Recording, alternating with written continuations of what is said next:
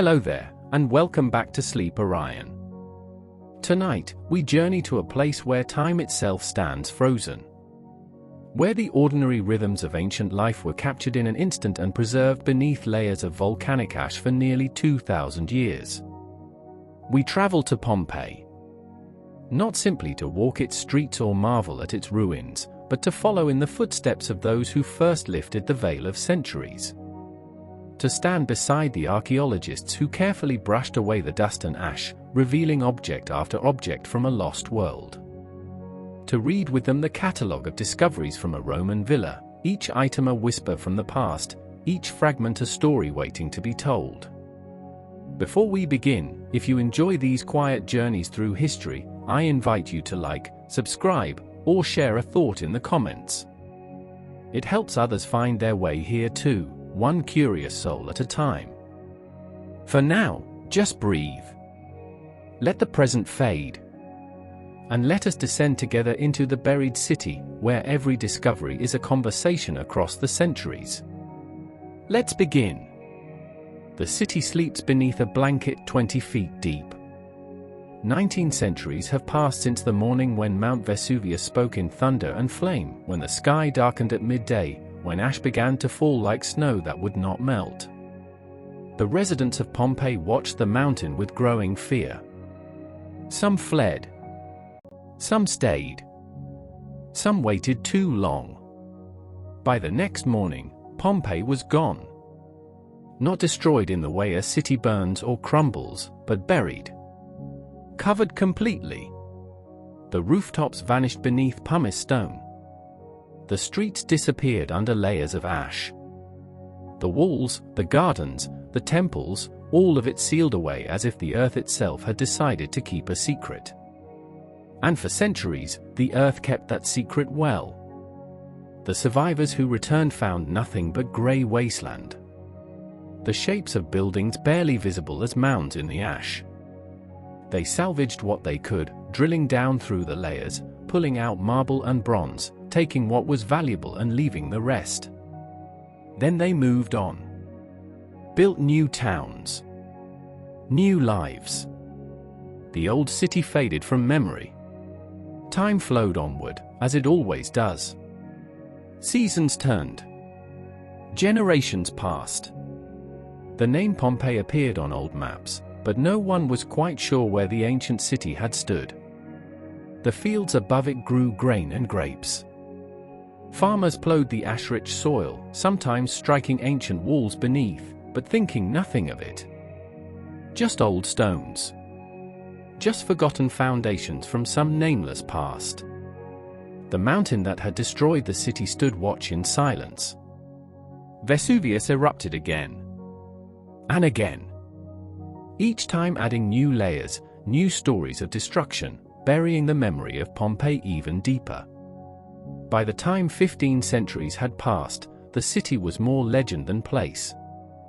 Scholars debated where it had been. Historians mentioned it in passing, citing ancient texts that described its destruction, but offering no clue to its location. And all the while, beneath the grey blanket of ash and pumice, the city waited. The frescoes on the walls remained bright. The bread in the ovens remained unburned.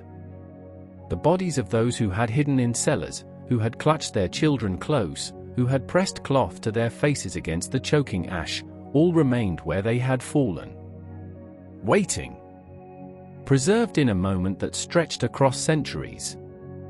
The houses stood empty but intact. Rain could not reach them. Wind could not touch them.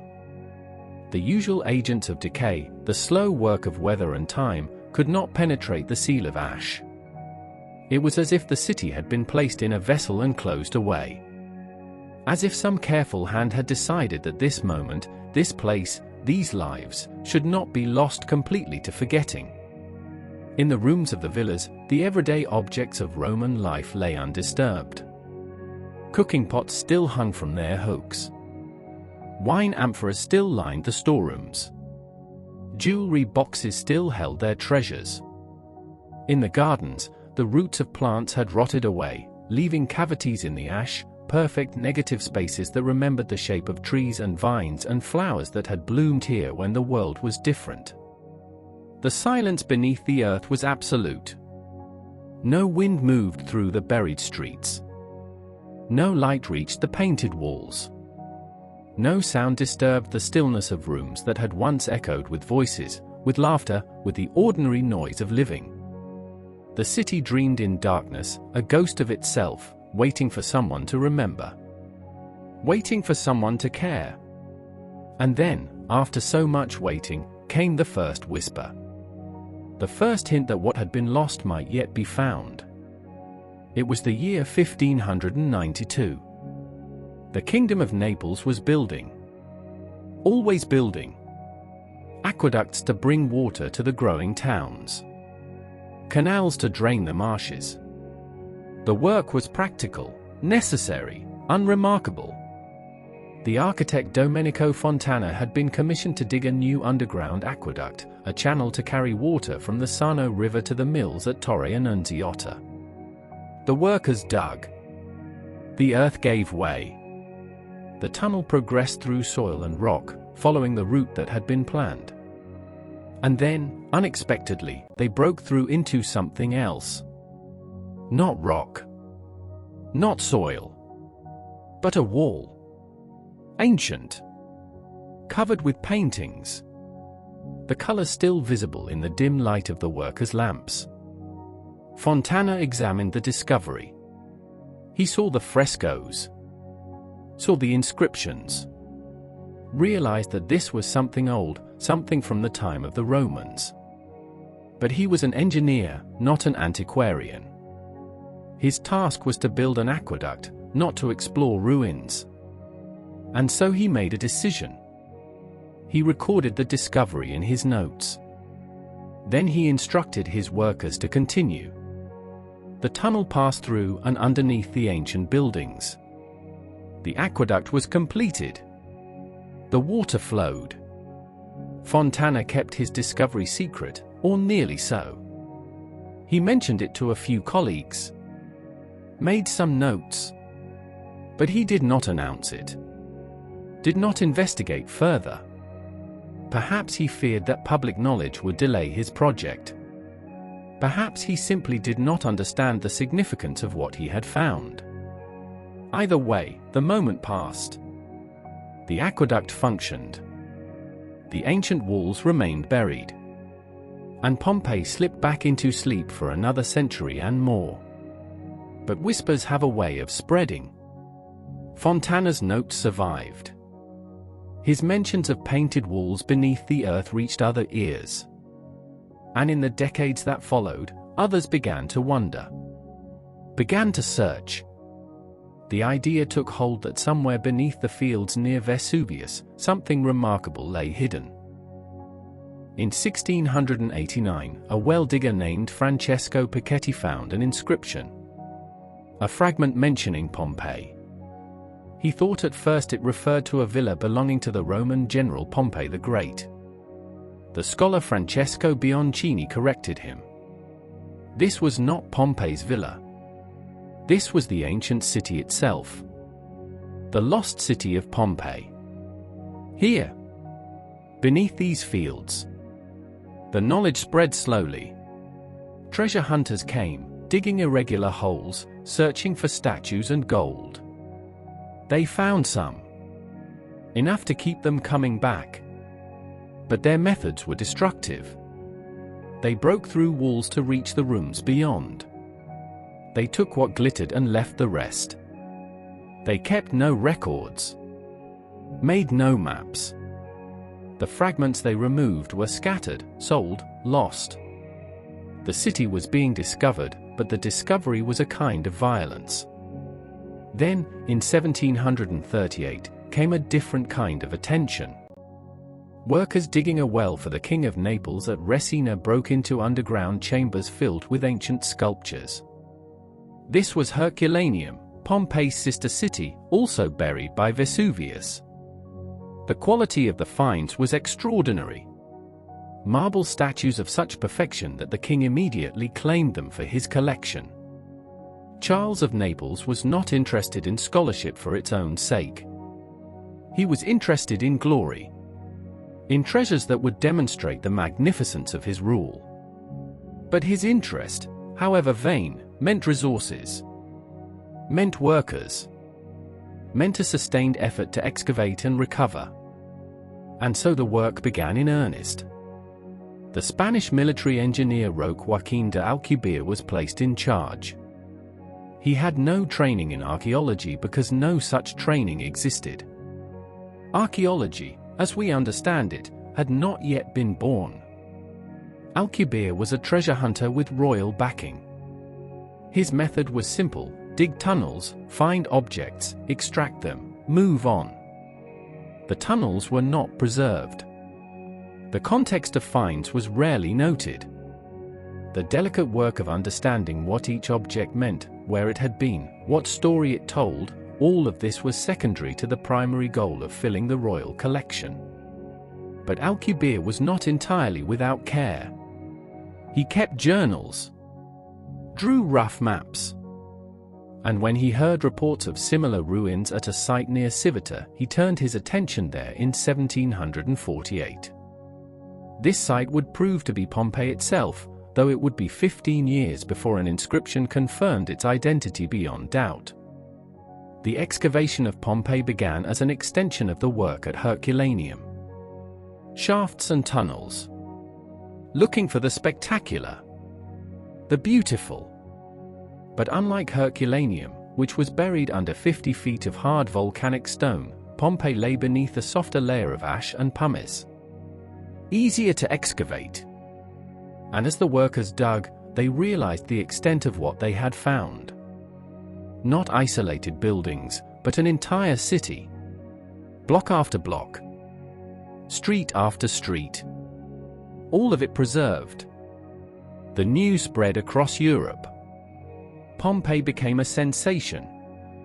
Aristocrats on the Grand Tour made pilgrimages to witness the excavations. Artists came to sketch the ruins. Writers came to reflect on the fragility of civilization. The buried city became a mirror in which the living examined their own mortality, their own impermanence. But the methods of excavation remained crude. Objects were removed without proper recording. Buildings were partially uncovered and then left to the elements. Rain began to damage what volcanic ash had preserved. The paintings faded. The structures weakened. And still the work continued, driven by the appetite for artifacts rather than understanding. Carl Weber, a Swiss military engineer, brought a more systematic approach beginning in 1750. He insisted on careful measurement, on drawing plans of the buildings before they were disturbed, on noting where objects were found. His work at the Villa of the Papyri at Herculaneum was particularly meticulous. He spent years there, slowly and carefully uncovering a luxury villa that had once belonged to the family of Julius Caesar's father-in-law. The library it contained, with its hundreds of carbonized scrolls, was excavated with a care that was revolutionary for its time. But Weber's methods were not adopted wholesale. They were too slow, too expensive. The royal patrons wanted results, wanted treasures, wanted the thrill of discovery without the patience of scholarship. And so the rough work continued alongside Weber's careful approach, sometimes complementing it, often overwhelming it. In 1763, workers uncovered an inscription, a dedication. The words Rei Publici Pompeianorum, to the Commonwealth of the Pompeians. The identification was certain now. This was Pompeii, the exact city that Pliny the Younger had written about in his letters describing the eruption. The city that Roman literature had mentioned, that ancient maps had marked. All this time it had been here, just beneath the surface, waiting. The discovery energized the excavations. More workers were hired. More tunnels were dug. More artifacts were removed and transported to Naples. But the fundamental problem remained. The work was extraction, not preservation. The city was being mined for its treasures rather than studied as a whole. And with each passing year, more was lost. More context was destroyed. More stories were silenced before they could be heard. The political upheavals of the late 18th and early 19th centuries brought changes. When French forces occupied Naples in 1799, they brought new energy to the excavations. Napoleon's brother-in-law, Joachim Murat, who ruled Naples from 1808 to 1815, employed up to 700 workers at the site. Under his patronage, large sections of Pompeii were uncovered, including the Forum and the amphitheater. For the first time, visitors could begin to sense the scale of the city, could walk from building to building and imagine the life that had once filled these streets. But still, the excavations were conducted without a unified plan. Different areas were dug at different times by different teams. No overall map existed. No systematic catalogue had been attempted.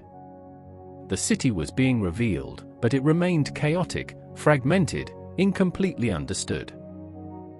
After the fall of Napoleon and the restoration of the Bourbon monarchy to Naples, the excavations continued, but under chronic lack of funding. Progress slowed. Maintenance was neglected. The uncovered buildings began to deteriorate. Vegetation grew in the ruins. Looters returned at night to steal what they could. The dream of fully uncovering Pompeii seemed to recede even as more of the city came to light. By the middle of the 19th century, Pompeii was famous throughout the world, yet it remained incompletely known. Tourists came in increasing numbers to marvel at the ruins, but scholars complained that the excavations destroyed more evidence than they preserved. The methods were better than they had been a century before, but still inadequate. Still driven more by the desire to find impressive objects than to understand the full context of the city and its inhabitants. What was needed was a revolution. Not a revolution of politics or power, but a revolution of method. A philosophy of understanding what archaeology could be and should be. And that revolution, when it came, would arrive in the person of a man who had been imprisoned for his ideals, who had spent years studying the incomplete records of the previous excavations, and who had developed a vision for how the work should proceed. His name was Giuseppe Fiorelli. And when he took charge of the excavations at Pompeii in 1863, everything changed. Fiorelli was not the first to care about Pompeii. He was not the first to understand its significance. But he was the first to have both the vision of how the excavations should be conducted and the authority to implement that vision completely. He was 40 years old when he became director of the dig, but he had been thinking about Pompeii for most of his adult life. Born in Naples in 1823, Fiorelli had studied law and archaeology. But his interests were not merely academic. He held strong political convictions. He believed in the unification of Italy, in the end of foreign rule over the Italian states. In 1848, revolution swept across Europe. In Naples, as in many other cities, reformers rose up demanding constitutional government and national independence. Fiorelli's sympathies were with the revolutionaries. His radical views and his vocal nationalism brought him into conflict with Ferdinand II, the Bourbon King of Naples. Fiorelli was arrested, imprisoned. He spent months in confinement, and during those months, he worked. He had access to the published reports of the Pompeii excavations, and he read them obsessively. He saw the patterns of waste, the missed opportunities, the objects removed from context and thus robbed of half their meaning. In his cell, Fiorelli began to write. He produced a 3-volume work titled Pompeianarum Antiquitatum Historia, the History of Pompeian Antiquities. It was published between 1860 and 1864. In it, He laid out a devastating critique of how the excavations had been conducted and a detailed proposal for how they should proceed in the future. He argued that Pompeii should not be treated as a mine from which to extract valuable objects, but as a document to be read carefully, systematically, completely. He proposed that excavations should proceed by uncovering entire city blocks at once, rather than tunneling randomly in search of treasures. He argued that buildings should be excavated from the top down, carefully removing the layers of volcanic debris while documenting everything that was found, no matter how humble or apparently insignificant. He proposed dividing the city into regions and numbering every building, every doorway, creating an address system that would allow scholars to refer precisely to each location. He argued that the artifacts found in each building should, wherever possible, be left in place, or at least that detailed records should be kept of their original locations. He wanted a museum at the site itself, where visitors could see the objects in context rather than having everything shipped off to Naples. These ideas seem obvious now. They are the foundation of modern archaeology. But in Fiorelli's time, they were revolutionary. And when political changes in Italy brought him not only freedom but authority, he was able to put his ideas into practice. In 1860, Giuseppe Garibaldi and his Red Shirts succeeded in overthrowing the Bourbon monarchy in southern Italy. The Kingdom of Naples became part of the new, United Kingdom of Italy. And the new Italian government, looking for capable administrators who shared their nationalist ideals, turned to Fiorelli. He was appointed director of the Pompeii excavations with a mandate to reform them completely. Fiorelli acted quickly. He implemented his Regio system, dividing the city into 9 regions. Each region was divided into blocks called insulae, and each door on each block was numbered. Suddenly, every location in Pompeii had an address. Region 7, Block 4, Door 10. Scholars could refer precisely to specific buildings. Maps could be made that were accurate and useful. The chaos of previous excavations began to resolve into order. He insisted that excavations proceed by uncovering entire insulae. No more random digging. No more treasure hunting. The work would be systematic, thorough, documentable. He hired artists and photographers to record everything as it was uncovered. He trained workers in careful techniques of excavation. He established a school at the site where foreign scholars as well as Italians could learn the new methods. And then, in 1864, Fiorelli made his most famous innovation. He developed a technique that would bring the dead of Pompeii back to life, or at least bring back their forms, their final postures, the shape of their last moments. During the excavations, workers sometimes noticed odd hollow spaces in the ash. These cavities seemed to have no obvious cause. They appeared in places where bodies might have been, but no bodies remained, only these enigmatic voids. Fiorelli understood what had happened. The volcanic ash had sealed around the bodies of victims. Over the centuries, the soft tissues had decomposed, leaving behind only bones and these hollow spaces where flesh had once been.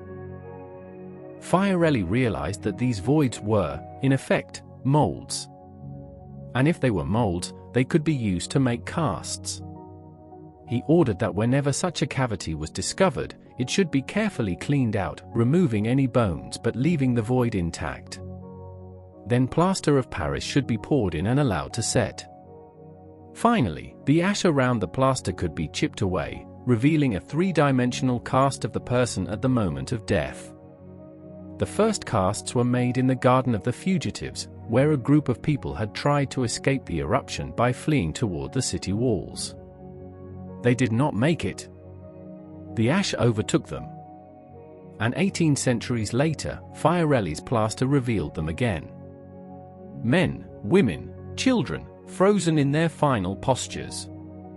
Some curled against the heat. Some with hands over their faces. Some still clutching small bundles of possessions they had hoped to save. The impact of these casts was profound.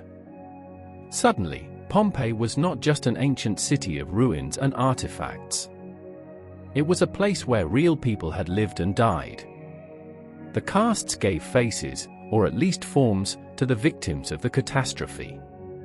They transformed abstract history into human tragedy. Visitors who saw them were moved to tears. Scholars who studied them gained new insights into the final hours of the city. But Fiorelli's technique was not limited to human bodies. The same principle could be applied to anything organic that had been buried in the ash. When workers found cavities in the shapes of doors, Fiorelli had them filled with plaster, revealing the wooden structures that had once stood there. When they found voids in the shapes of furniture, the plaster showed the forms of beds and tables and cabinets.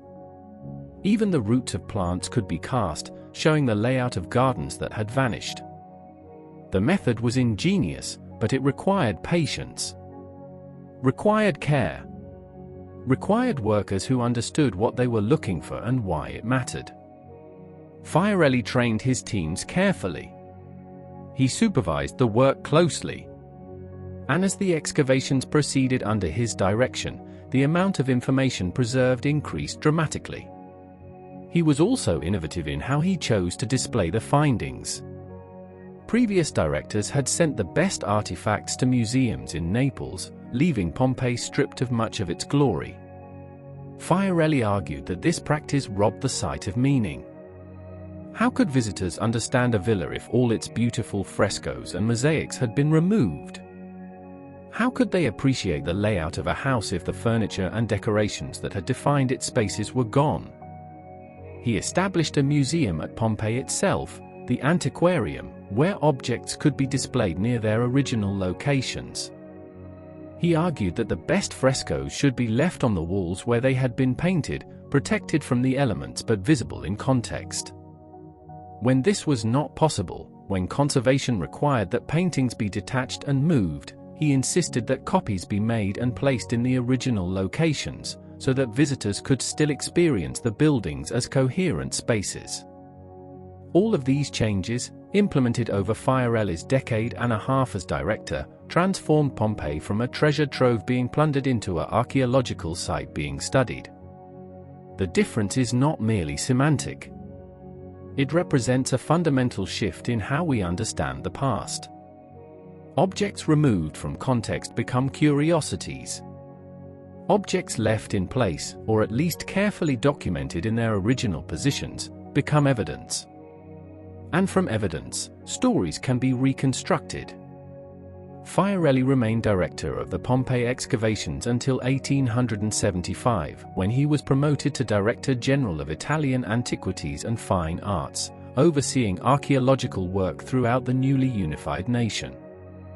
His successors at Pompeii continued his methods, refining them, improving them, but always building on the foundation he had laid.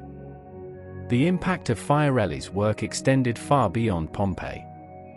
His methods became the model for archaeological excavations around the world. The idea that a site should be uncovered systematically, that everything found should be documented, that context matters as much as the objects themselves, these principles, which we now take for granted, were not obvious before Fiorelli demonstrated their value. He died in Naples in 1896, having spent his final years in poor health but still engaged in the work of preserving Italy's cultural heritage. By the time of his death, Pompeii was internationally recognized not merely as a remarkable ruin, but as a site of scientific importance. The careful work of excavation and documentation that Fiorelli had pioneered had revealed more about Roman life than centuries of studying ancient texts. And among the most revealing of all the excavations were those of the private homes. The villas. The houses where families had lived their daily lives. Because unlike public buildings, which were designed to impress and follow formal patterns, private homes reflected the actual lives of their inhabitants. The layout of rooms. The objects left behind. The decorations chosen. All of these revealed choices, preferences, priorities. All of these told stories. When excavators approached a villa, they followed Fiorelli's protocols. First, they identified the extent of the building from above, locating its walls beneath the ash. Then they began carefully removing the volcanic debris from the top down. This approach had several advantages. It prevented the collapse of walls that had been weakened by centuries of burial. It allowed the excavators to find objects on upper floors before those floors collapsed into the rooms below, mixing everything together. And it meant that the sequence of discovery roughly matched the original structure of the building, uncovering the public spaces first and the private quarters later. As each layer of ash and pumice was removed, every object encountered was recorded, measured, drawn, photographed if possible. Its location was noted in the excavation diary. Its condition was assessed. If it was small enough and fragile enough, it was removed for conservation. If it was a fixed feature of the building, like a fresco or mosaic, it was cleaned and protected in place. The excavation of a villa was slow work. It might take months or even years to fully uncover a single large house. But the result was a complete portrait of a Roman home frozen at a single moment in time. Unlike houses that were abandoned gradually, where inhabitants took their possessions with them and left only the least valuable items behind, the houses of Pompeii contained everything. The emergency had been too sudden. The ash had fallen too fast. The residents had fled with only what they could carry, or they had stayed and been buried. Everything else remained. And so when archaeologists opened the sealed rooms of a Pompeian villa, they found a completeness of evidence that exists almost nowhere else in the archaeological record. Not just the architecture, but the furnishings. Not just the furnishings, but the decorations. Not just the decorations, but the tools, the containers, the personal possessions, the debris of daily life that is usually lost. One of the most revealing discoveries was the sheer variety of these houses. Earlier accounts had sometimes suggested that Roman houses followed a single basic plan, the atrium at the front, the peristyle at the back, a symmetrical arrangement of rooms around these two central courts. And it is true that many wealthy houses did follow this pattern, more or less. But the excavations revealed that there were many variations. Many adaptations to the specifics of the site and the needs of the family. And many houses, particularly smaller ones, that departed entirely from the idealized model. Some houses were primarily residential. Others had shops fronting the street. Some included workshops or manufacturing spaces. Others had extensive gardens that occupied more space than the building itself. The villas outside the city walls often included agricultural facilities, wine presses, olive oil production equipment, storage for harvested crops. The distinction between town house and working farm was sometimes blurred. As excavators moved through these buildings, they compiled lists, catalogs, inventories of everything found. These lists are the subject of our journey tonight. Because in their patient accumulation of detail, in their accounting of the everyday and the exceptional, they bring us closer to the reality of ancient life than any literary description could. The catalogues are not dramatic. They do not read like epic poetry. They are, by their nature, dry recitations of facts. Room 5, bronze cooking pot, 2 glass unguentaria, fragmentary remains of wooden furniture, wall paintings in the third style depicting a garden scene. Room 6, 3 intact amphorae, 1 marked for fish sauce, terracotta lamps, carbonized dates. And so on. And so on. But if you read these catalogues with imagination, if you allow each item to speak, if you remember that every object was made by someone, used by someone, meant something to someone, then they become something more. They become a resurrection. A calling back of voices from the silence. Let us step now into a villa. Not a specific one, though the details we will discuss are all drawn from real excavations, from real catalogues compiled over the decades of work at Pompeii, but rather a composite, a representative example. An imagined tour through rooms that are both typical and unique, filled with objects that are both common and precious. We stand at the entrance. The door has long since rotted away, but Fiorelli's casts have preserved its shape. It was wooden, reinforced with bronze studs, wide enough for two people to pass through side by side. The threshold remains, a raised stone slab worn smooth in the center by centuries of feet passing back and forth. This ware tells us something already. This was a well-used house. A house of comings and goings. The door opened directly into the atrium, the central hall of the house. This space served multiple functions. It was the reception area where the master of the house greeted clients and conducted business. It was a display space where the family's wealth and taste were demonstrated to visitors. And it was the heart of the household, the space around which the other rooms were arranged. The defining feature of the atrium was the impluvium, the shallow pool in the center of the floor that collected rainwater from the compluvium, the corresponding opening in the roof above it. This system served both practical and aesthetic purposes. Practical, because it provided a source of fresh water. Aesthetic, because the play of light on water, the reflection of clouds passing overhead, the gentle sound of rain falling into the pool, all of these created an atmosphere of tranquility and refinement. The impluvium in this villa is lined with marble. Not expensive marble. Not the colored varieties from distant quarries, but simple white marble from the quarries near Luna in northern Italy. The same marble that had been used for temples and monuments. Expensive enough to demonstrate prosperity, but not so extravagant as to seem ostentatious. Around the edges of the pool, the marble is worn. The household had used this pool for more than collecting rainwater. Children had played here, splashing their hands in the water.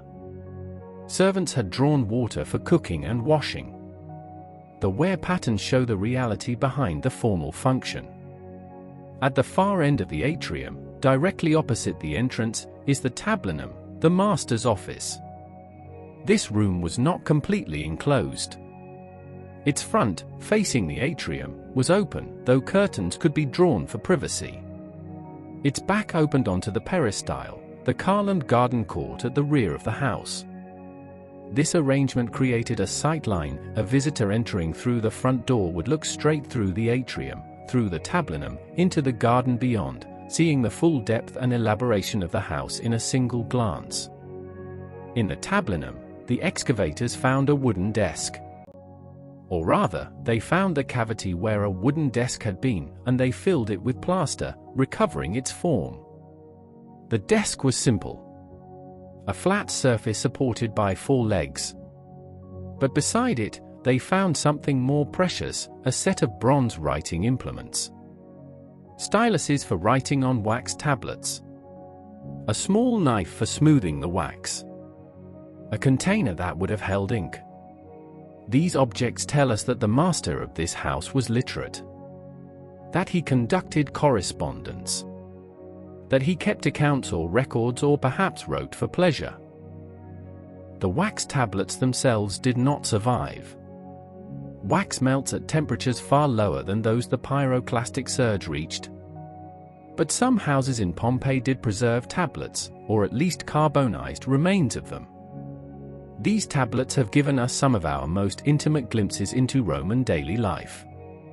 Business contracts. Personal letters. Shopping lists. Legal documents. All written in the cursive Latin script that was used for everyday purposes, very different from the formal capitals of public inscriptions. On the wall of the tablinum, a fresco. A landscape scene showing a villa by the sea. Trees. Columns. Small figures walking in a garden. This painting was not meant to be realistic. It was a fantasy. An idealization. but it tells us something about the desires and aspirations of the house's owner. The villa by the sea was a symbol of success. A place where one could escape the heat and crowds of the city. Not everyone could afford such a retreat, but everyone could afford to dream of it in paint. The colors of the fresco remain remarkably bright. The excavators, when they first uncovered it, were astonished by the vividness. How could these pigments have survived so long in such intense colors? The answer is the same as for everything else: the volcanic seal. No light to fade the colors. No water to wash them away. No microorganisms to break down the organic binders. Just perfect darkness and perfect stillness for 1800 years. Moving from the tablinum, we enter the peristyle. This is the private heart of the house. A columned walkway surrounding a garden open to the sky. The columns are not marble but plastered brick, painted to look like marble. This was a common economizing measure. Real marble columns were expensive. Painted plaster could achieve a similar effect at a fraction of the cost. The garden itself has been the subject of careful study. The volcanic ash preserved not only the buildings but also the voids left by roots and buried seeds. By analyzing these voids and the carbonized plant remains, archaeologists have been able to reconstruct what grew here. There were fruit trees, fig, pear, lemon. There were grapevines trained on trellises. There were flowering plants, roses, lilies, violets. And there were herbs, mint, parsley, fennel. This garden was both beautiful and functional. It provided shade and fragrance. It provided fruit and herbs for the kitchen. And it provided a place of retreat, a private outdoor space where the family could escape the formality of the atrium and the noise of the street. In one corner of the garden, excavators found a small shrine, a lararium. This was a household altar dedicated to the lares, the guardian spirits of the family and home. The shrine took the form of a small temple facade painted on the wall. In front of it was a brick platform where offerings would have been placed: wine, incense, small cakes. Inside the painted temple, figures of the lares, depicted as dancing youths holding drinking horns. And between them, the genius of the master of the house, his personal protective spirit, depicted as a man in a toga, making an offering. Below this painted scene, real objects. A bronze statuette of Allah. Small terracotta figurines representing other household gods. A bronze oil lamp.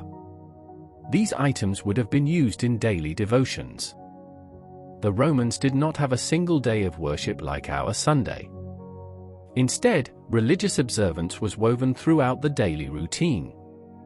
Each morning, the master of the house would make offerings at the lararium. Each evening, another offering. On special occasions, more elaborate ceremonies. The list of items found in this garden goes on. A sundial.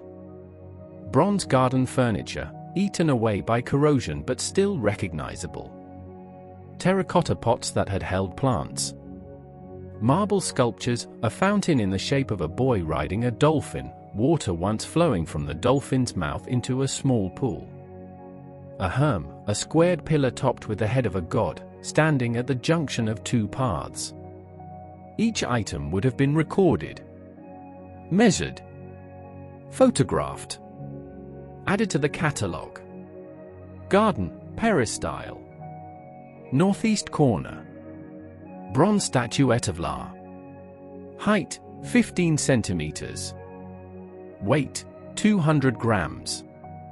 Condition, corroded but intact. And so the list grew.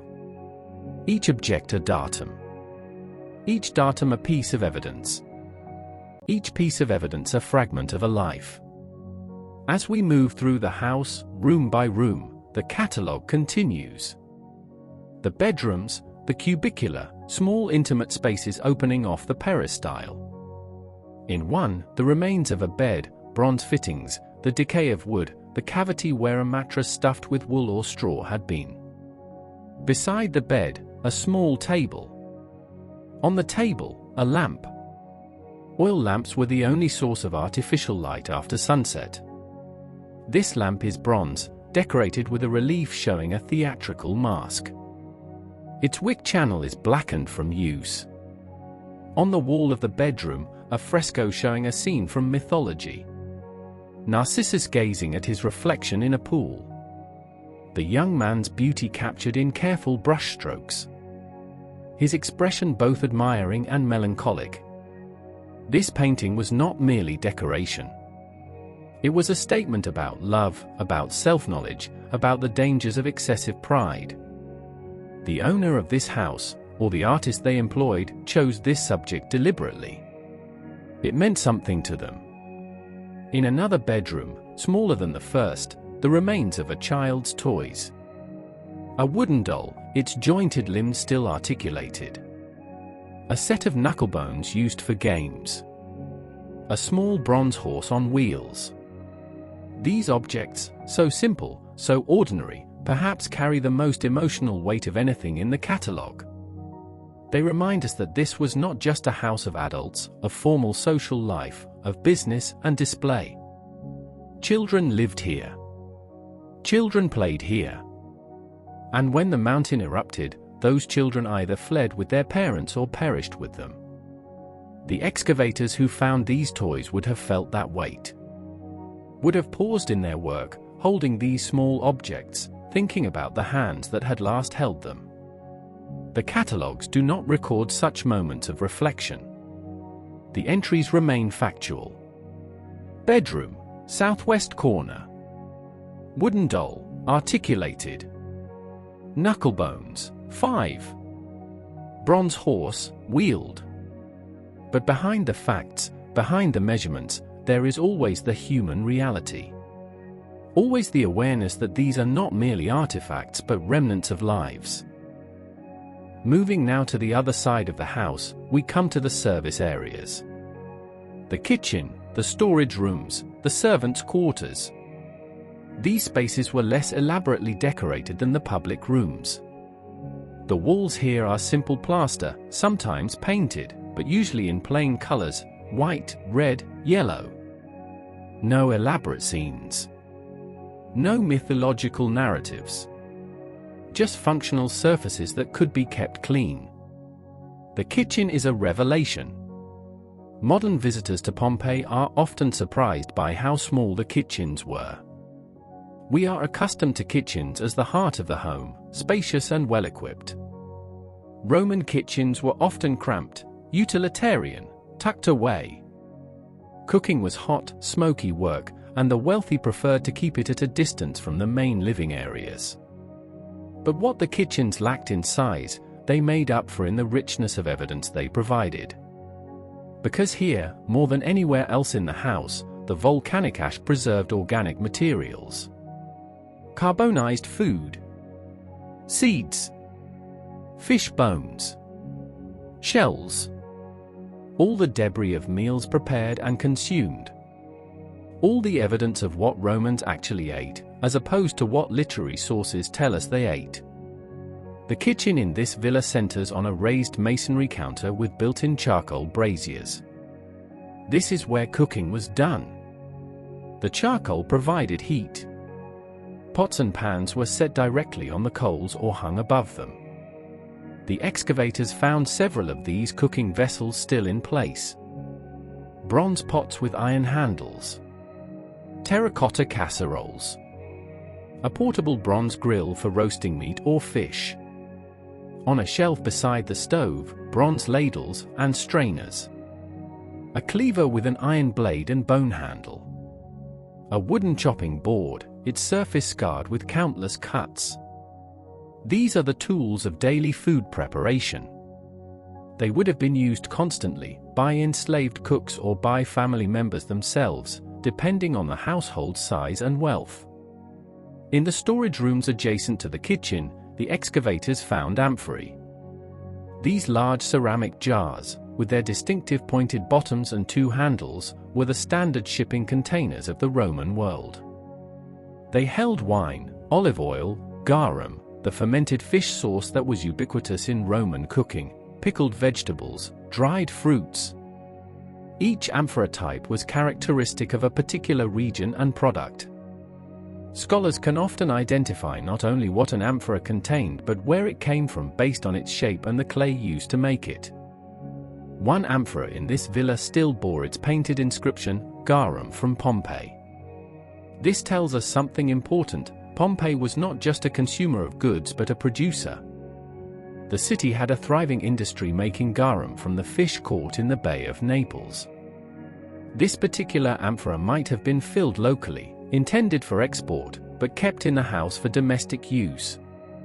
Another amphora was sealed, its contents apparently untouched when the eruption occurred. When modern archaeologists carefully opened it, they found carbonized remains of figures. Preserved in wine or honey, perhaps, though the liquid had long since evaporated or been absorbed by the volcanic ash. These figs would have been a luxury item, set aside for a special occasion that never came. The catalogue of kitchen items continues. Bronze measuring cups for liquids.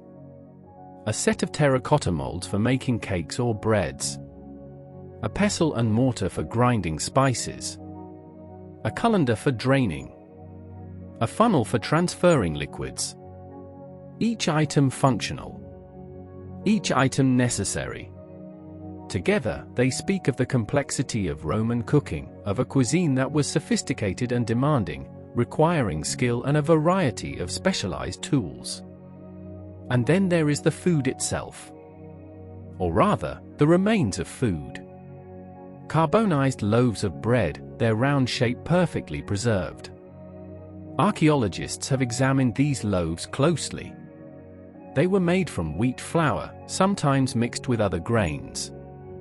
Some loaves bear stamps, marks identifying the baker who made them. This bread was purchased from a professional bakery, one of the many such establishments that lined the streets of Pompeii, their ovens producing hundreds of loaves each day. Other food remains are more exotic. Dormice, a delicacy in Roman cuisine, raised in special containers and fattened for the table. Sea urchins, their spiny shells still recognizable. The bones of small birds. The shells of nuts and seeds. Pomegranates. Dates. Each of these items was recorded in the catalogue.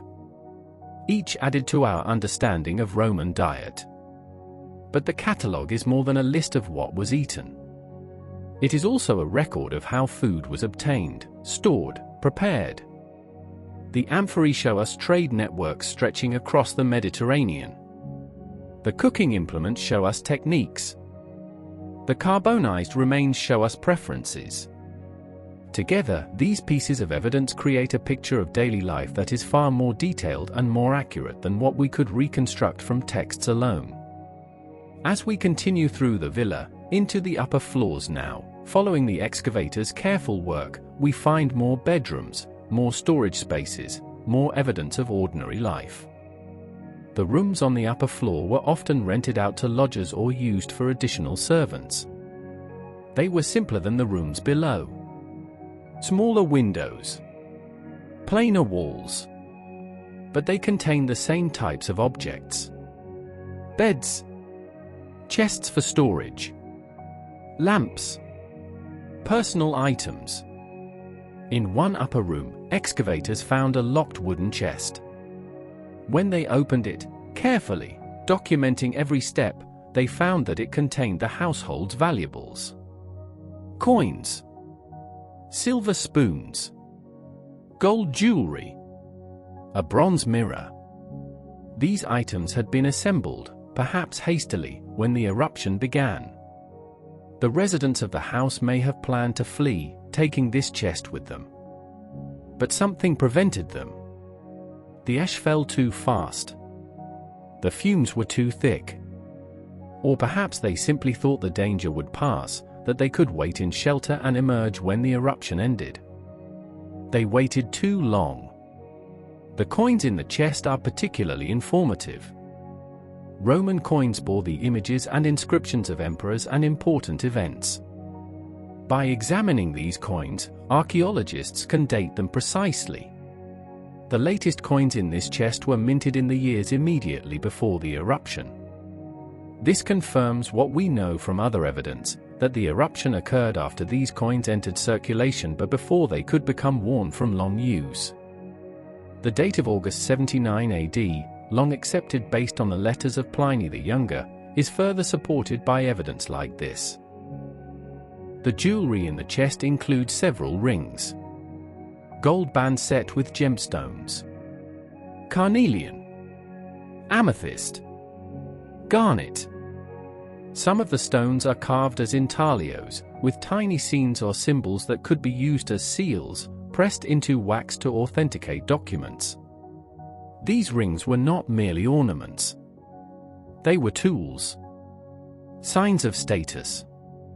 Markers of identity. There are also earrings. Delicate gold work. Pearls. The craftsmanship is exquisite. These pieces would not be out of place in a modern jewelry store. They demonstrate the high level of skill that Roman goldsmiths possessed. The techniques they used, granulation, filigree, cloisonné, are still practiced today. A bronze mirror completes the set of valuables. Roman mirrors were not glass-backed like ours but polished metal. Bronze or silver, ground and polished until they reflected light smoothly enough to show a face. The mirror in this chest is bronze, circular, with a handle decorated with a relief of Venus, the goddess of beauty. It is still somewhat reflective, though the surface has tarnished over the centuries. When it was new, when it was regularly polished, it would have shown its owner a clear, if slightly distorted, image. The catalogue records all of these items. Upper floor, bedroom 3, wooden chest. Contents, 27 coins, ranging in date from 41 AD to 78 AD. For gold rings. 2 pairs of gold earrings. 1 bronze mirror. Each item is then described in detail. The weight of the gold. The type of stones. The condition of the mirror. The inscriptions on the coins. Every piece of information that might be useful to future scholars is recorded. This is the work that Fiorelli insisted upon. This careful documentation. This refusal to discard anything as unimportant. Because the truth is, we cannot always know in advance what will prove significant. A coin that seems ordinary might bear a rare variation that tells us something about minting practices. A ring that seems simple might bear an inscription that names its owner, connecting it to other evidence, allowing us to identify who lived in this house. As the excavation of the villa nears completion, as the last rooms are uncovered and the last objects are catalogued, a portrait emerges. Not a complete portrait. There are gaps. Things that cannot be known. But still, a portrait more detailed and more human than what we have for almost any other place in the ancient world. We know that this house belonged to a prosperous family. Not the wealthiest in Pompeii, but comfortable. They could afford marble and bronze. They could afford frescoes and gardens. They could afford servants and enslaved people to do the cooking and cleaning. But they were not aristocrats. Not members of the senatorial class. Probably merchants or local officials. People who had done well in the booming economy of the Bay of Naples in the 1st century AD. We know that they valued education and culture.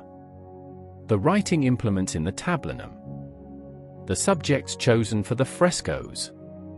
The books that, though they did not survive, must have been here, because wealthy Romans always had small libraries, scrolls kept in cylindrical boxes, works of Greek and Latin literature that were read aloud in the evenings or studied for pleasure and improvement. We know that they practiced the traditional Roman religion. The lararium in the garden. The small household gods. The altars and offerings. But we also suspect that, like most Romans of this period, their religious practice was more a matter of custom and social expectation than of deep personal belief. The gods were honored because to fail to honor them was to invite misfortune.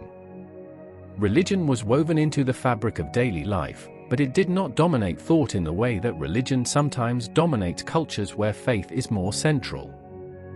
We know that children lived here. The toys, the wear patterns on the furniture, the small rooms that seemed sized for children rather than adults. These children would have had lessons, would have played in the garden and the streets, would have helped, or watched, as the household's work was done. They lived in a world that seems both familiar and strange to us. Familiar in its basic routines, eating, sleeping, playing, learning. Strange in its assumptions, slavery, arranged marriages, gladiatorial games, the casual acceptance of violence as entertainment. And we know that these people did not survive. Or if some of them survived, if some fled in time, they never returned to reclaim their possessions. The chest with its valuables, the furniture, the garden sculptures, all left behind. Either because those who fled started new lives elsewhere and never came back, or because those who fled did not survive the journey, succumbing to the noxious gases or the pyroclastic surges that spread far beyond the city itself. The catalogue of this villa runs to dozens of pages. Hundreds of entries. Each object identified, described, measured. Each fresco documented. Each architectural feature noted. Reading through it, even in the dry language of archaeological recording, is to feel the weight of time collapsing. These things were used by people whose names we do not know, who lived lives we can only partially reconstruct, who died in a catastrophe that we can describe but not fully imagine. And yet, through these objects, through this patient work of excavation and cataloguing, they are brought back, not to life, but to presence, to memory, to meaning. This is what Fiorelli understood. This is why his methods mattered. Because without the context, without the careful documentation, these objects would just be artifacts. Beautiful, perhaps. Interesting. But disconnected. Floating free of meaning. But with context, with the knowledge of exactly where each object was found, with the records that allow us to see how rooms related to each other and how objects related to rooms, we can begin to tell stories. Can begin to understand not just what Romans owned but how they lived. Not just what they made but who they were.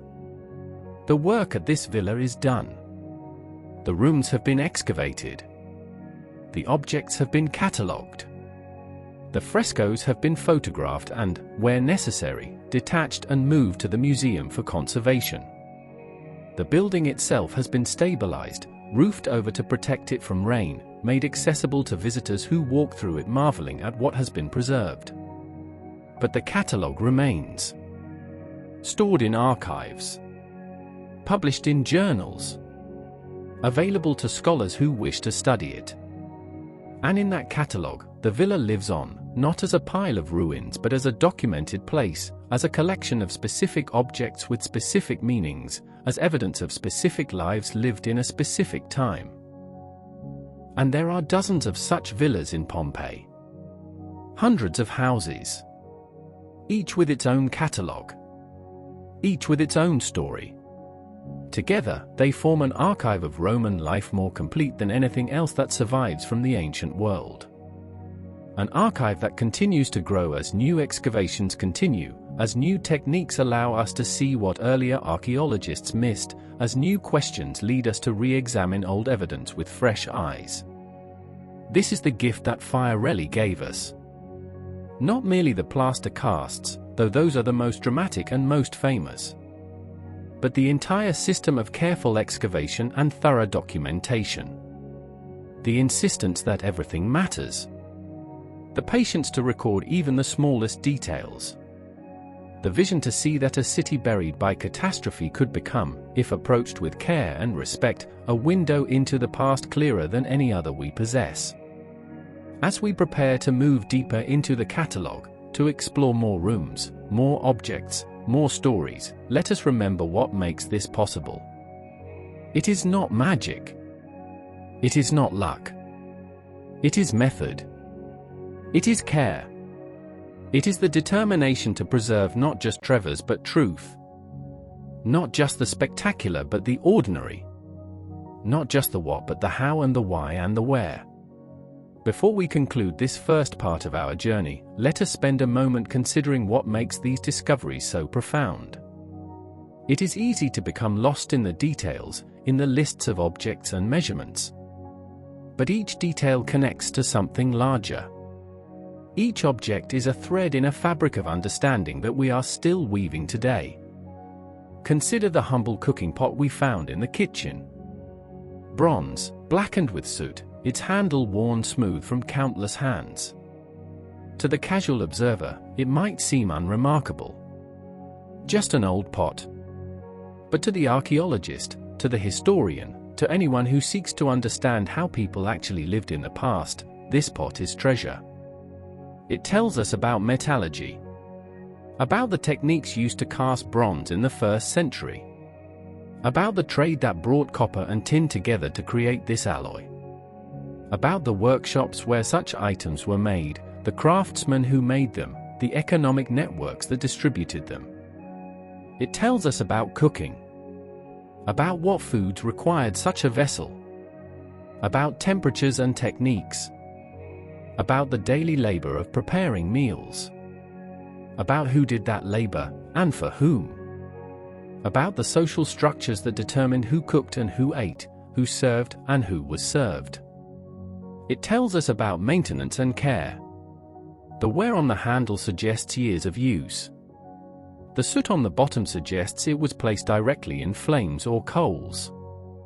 But the lack of cracks or major damage suggests it was also cleaned, maintained, valued. Objects in ancient houses were not disposable. They were used until they broke, then repaired if possible, and replaced only when necessary. And it tells us about the moment of catastrophe.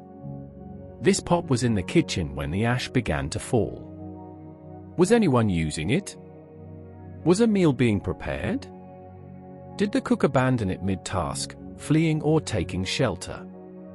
Or had the meal been finished, the pot cleaned and hung up, waiting for the next use that would never come? These are not idle questions. They connect to larger patterns.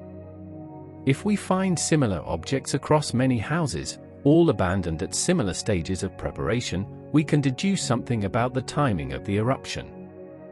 We can understand when in the daily cycle the catastrophe struck. Morning? Afternoon? Evening? Different answers suggest different scenarios, different possibilities for understanding what happened and how people responded. This is the power of systematic archaeology. This is what Fiorelli's revolution made possible. Because before his reforms, that cooking pot might never have been catalogued. It might have been discarded as uninteresting. Or if it was noted at all, its context would have been lost. We would not know which room it came from, whether it was in use or stored, what other objects surrounded it. The pot would be just a pot. An artifact without story or significance beyond its physical form. But with proper excavation and documentation, that pot becomes part of a network of meaning. It connects to the other kitchen implements, to the food remains, to the dining room where meals were served, to the storage rooms where ingredients were kept, to the garden where some ingredients were grown, to the trade routes that brought others from distant lands. Each connection adds understanding. Each relationship reveals something new. This is why the catalogue is so important. Why Fiorelli insisted on recording everything. Because we cannot predict in advance which details will matter, which connections will prove significant. Which objects will answer questions that scholars have not yet thought to ask? The only safe approach is to record everything. To preserve all the evidence. To trust that future generations will find value in what we cannot yet see. Think about how our understanding of Pompeii has changed over the generations since Fiorelli. Early scholars focused on art and architecture. They studied the frescoes and the floor plans. They reconstructed the public buildings and identified the temples. This was important work. It gave us a picture of Pompeian civic life, of public display, of cultural values expressed in stone and paint. But later scholars asked different questions. They wanted to know about ordinary people, not just the elite. About daily life, not just public ceremony. About economic activities, social structures, family relationships. About women and children and enslaved people, not just the wealthy men who dominated the written sources. And the evidence for these new questions was there. It had been there all along. In the catalogues. In the records of humble objects that early excavators had noted but not emphasized. The cooking pots and loom weights and children's toys. The graffiti scratched on walls. The food remains and animal bones. All of this evidence was preserved, documented, available for reinterpretation when the questions changed.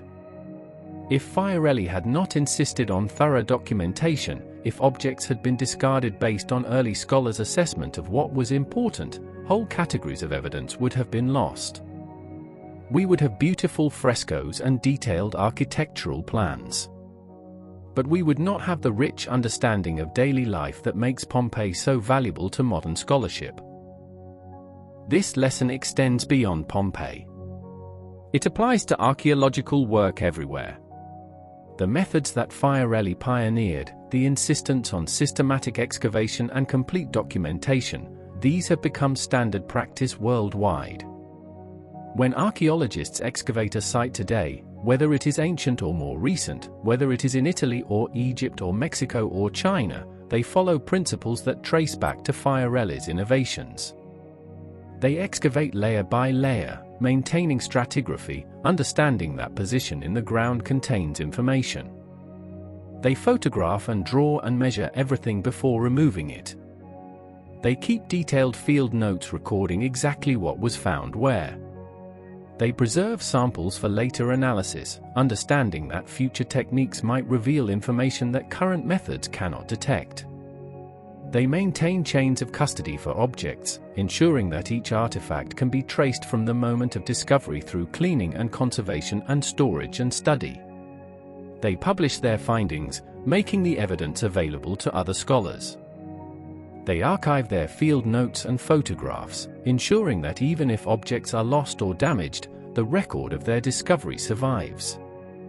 All of this traces back to Fiorelli, to his insistence that archaeology must be scientific, that it must follow method, that it must prioritize documentation over collection, understanding over possession. His legacy is not just the plaster casts, remarkable as those are. His legacy is the professionalization of archaeology, the transformation of treasure hunting into scholarship. And the impact of that transformation cannot be overstated. Because of Fiorelli's reforms, we know more about Pompeii than about almost any other ancient city. We can reconstruct daily life there with a precision that would be impossible for Rome itself, despite Rome's far greater historical importance. The very completeness of Pompeii's destruction became, through careful archaeology, the source of its revelation. This paradox is worth contemplating. The catastrophe that buried the city also preserved it. The very thing that ended these lives also gave them a kind of immortality. Not the immortality of fame or legend. Not the immortality of great deeds recorded in history books. But the immortality of ordinary existence, captured and held, made available for future generations to study and understand and learn from. There is something both tragic and beautiful in this. Tragic because these were real people, their real lives ended violently and without warning. Beautiful because their existence, which would otherwise be completely lost, has been recovered. They are not just names in a list or statistics in a demographic study. They are individuals. We know what they owned, how they decorated their homes, what they ate for dinner, what toys their children played with, what jewelry they valued, what gods they worshipped. We know them, in short, in a way that is almost intimate, almost personal. And this knowledge creates a connection across time. When we read the catalogue of a Pompeian house, when we see the photographs of objects still lying where they were found, we are not just learning about the past. We are encountering it, meeting it, recognizing in these ancient lives the same patterns and concerns that shape our own. The mother who grabbed her jewelry as she fled. Do we not understand that impulse? The instinct to save what is precious, what carries meaning beyond mere monetary value. The cook with a meal half prepared. Do we not know what it is to be interrupted, to have plans disrupted, to leave tasks unfinished? The child whose toy was left on a bedroom floor. Do we not remember our own childhoods, our own treasured objects, our own rooms that we thought would always be there, unchanging, waiting for us? These connections matter. They are not scientific in the narrow sense. They do not add to our knowledge of Roman pottery types or building techniques. But they add to our understanding of what it means to be human. They remind us that despite all the differences of time and culture and technology, despite everything that separates us from the Romans, there are also continuities. Basic human experiences that transcend circumstance. Love and fear. Hope and loss. The small satisfactions of daily routine. The sudden disruptions that change everything. This is why people visit Pompeii. Not just to see ancient ruins, though the ruins are impressive. Not just to admire frescoes, though the art is beautiful. But to feel that connection. To walk streets that ancient people walked. To stand in rooms where ancient families lived. To touch walls that ancient hands built. To sense, however briefly, the presence of lives lived long ago but somehow still, through these preserved remains, still present. Still speaking. And the catalogue enables this. The careful documentation of every object, every wall, every floor. The photographs that capture how things looked at the moment of discovery. The maps that show relationships between spaces. The analysis that interprets what was found. All of this infrastructure of knowledge supports not just academic research but public understanding. It allows us to tell stories. To create museums that bring the past to life. To write books and make films and give tours that help people connect with history in meaningful ways. Without the catalogue, Pompeii would still be impressive. But it would be more mysterious. More ambiguous. We would know less, and therefore be able to share less. The site would inspire awe, but perhaps not understanding. People would look at ruins and see something ancient and interesting, but not necessarily see themselves. Not see the common humanity that links us across centuries. The catalogue makes that link visible. Makes it explicit. Says, here is a cooking pot, just like yours but older. Here is a garden, arranged differently than yours but serving the same purpose, beauty, food, a space to breathe. Here is a bedroom, with a bed and storage chest, the same basic elements that fill your bedroom too. Here are the toys of children who played and laughed and grew, just as your children do, just as you once did. This is the ultimate value of what Fiorelli created. Not just knowledge for its own sake, though knowledge has value. But knowledge that connects. That illuminates. That helps us understand not just Romans but ourselves. That shows us patterns of human life that persist through changes of culture and technology and social organization. That reminds us, in an age that often feels fragmentary and disconnected, that we are part of a longer story. That people have always lived and loved and built and created and hoped and feared. That we are not alone in our experiences, even when those experiences seem most personal and most unique. As we prepare to move into the second part of our exploration, as we turn from this first set of rooms and discoveries to the next, let us carry this awareness with us. The catalogue is more than a list. The objects are more than things. Each entry represents a moment of connection between past and present. Each artifact is a messenger, carrying information across the centuries, waiting for us to receive it, interpret it, understand it. The work of archaeology is, in this sense, deeply human work. It is not cold or distant or purely analytical. It is warm. It is curious. It is driven by the desire to know and to understand. To recover what was lost. To remember what was forgotten. To ensure that lives, even lives lived in a time and place very different from our own, are not erased completely by time's passage but are instead remembered, honored, studied, and woven into the larger human story. This is what the catalogue preserves. This is what Fiorelli's methods made possible. This is what we continue, every time we open those records, every time we study those photographs, every time we read the careful descriptions of objects found and where they were found and what they might mean. We continue the work of remembering, of connecting, of understanding. Let us continue. We return now to the villa, to the rooms we have not yet explored, to the objects waiting to be discovered. The excavators continue their careful work, removing ash layer by layer, recording everything, preserving what can be preserved, documenting what cannot. The kitchen has yielded its secrets, but the adjoining rooms hold more. Storerooms, pantries, spaces dedicated to the business of feeding a household. These rooms are less elegant than the atrium or peristyle, but they are perhaps more revealing. Because here, stripped of display and pretense, we see the practical realities of Roman life. One storage room is lined with shelves.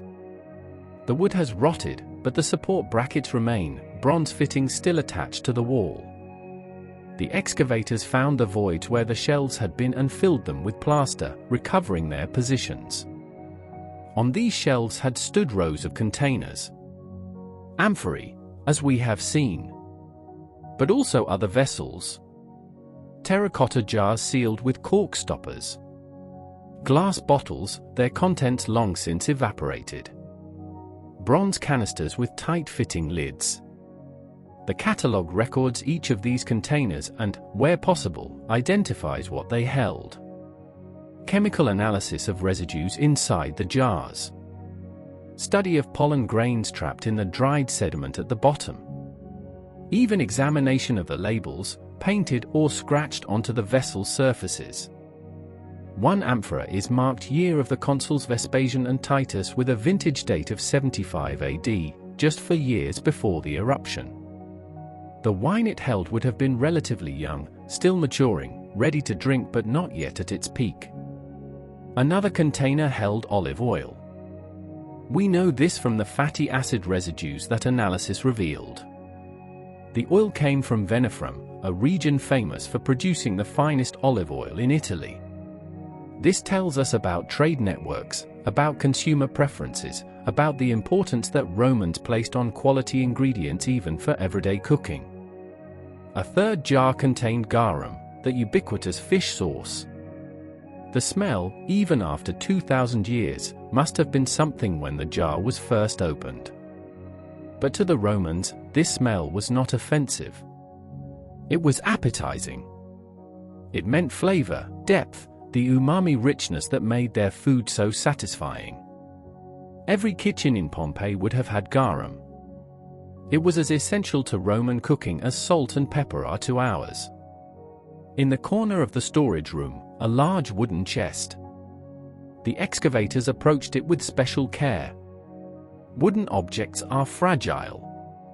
The wood has lost its strength over the centuries, becoming almost as delicate as paper. But the shape remained, and with careful work, the chest could be excavated intact. Inside, dry goods. Lentils, their small round seeds carbonized but still recognizable. Barley, the grain used for porridge and for feeding animals. Dried peas. Chickpeas. These were staples of the Roman diet. Not glamorous. Not the foods that appear in descriptions of elaborate banquets. But the foods that sustained daily life. The foods that filled bellies and provided energy for work. Also in the chest, dried fish. Salt cod, its flesh preserved by salting and drying, a technique that allowed fish to be stored for months without refrigeration. The Romans were masters of food preservation. They had to be. Without refrigeration, without canning, food could spoil within days in the Mediterranean heat. So they used every technique available: drying, salting, smoking, pickling in vinegar, preserving in honey or wine. This chest is evidence of those techniques. The catalogue continues. Storage room, northeast corner. Wooden chest. Contents, approximately 5 kilograms of lentils, carbonized. 3 kilograms of barley. 2 kilograms of dried peas. For preserved fish, species unidentifiable. 1 terracotta jar containing honey, partially crystallized. The level of detail is extraordinary. The weight of each item. The condition. The location within the chest. All recorded so that future scholars will know exactly what was found and exactly where. Moving now to the triclinium, the formal dining room. This is where the family would have entertained guests. Where elaborate meals would have been served. Where conversation and philosophy and gossip would have filled the evenings. The room is arranged with 3 masonry couches, built-in benches covered with cushions where diners would recline. The Roman custom of dining while lying down seems awkward to us, but to the Romans, it was the mark of civilization. Barbarians sat upright to eat. Civilized people reclined. The couches were arranged in a U-shape around a low central table. The table itself did not survive, but its base did, a pedestal of carved marble in the shape of a lion's paw. The tabletop would have been wood, perhaps inlaid with colored woods or ivory. On this table, dishes would have been arranged. Not plates as we know them, but shallow bowls, each diner with their own. Serving platters in the center. Wine cups within easy reach. The excavators found fragments of these dining implements scattered on the floor. Glass cups, some intact, some shattered. Bronze spoons, the Roman equivalent of our fork and knife combined. Small serving dishes of fine red pottery called terra sigillata, imported from Gaul or northern Italy, decorated with raised reliefs showing mythological scenes or decorative patterns. One wine cup is particularly fine. Clear glass blown into a delicate shape, with raised trails of blue glass wound around the body. This technique, called snake thread glass, was expensive and fashionable. It required great skill to apply the colored trails while the glass was still hot and soft. The fact that this house had such a cup tells us something about the owner's wealth and taste. They could afford luxury items. They cared about impressing their guests. The walls of the triclinium are covered with frescoes. These are in what scholars call the Fourth Pompeian style, a complex decorative scheme that combines architectural illusions with figured panels. The architecture is fantastic, impossibly slender columns, elaborate entablatures, perspectives that seem to open the walls into deep spaces. Within this painted architecture, panels show mythological scenes. On the north wall, Hercules is depicted in the Garden of the Hesperides, reaching for the golden apples.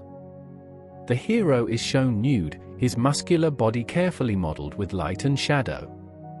The nymphs of the garden watch him, their expressions a mix of surprise and amusement. The scene is framed by painted columns and topped with a painted pediment, as if it were a panel painting hanging on the wall rather than a fresco painted directly onto the plaster. On the east wall, Dionysus and Ariadne. The god of wine has just discovered the mortal princess abandoned on the island of Naxos. He gazes at her with divine passion.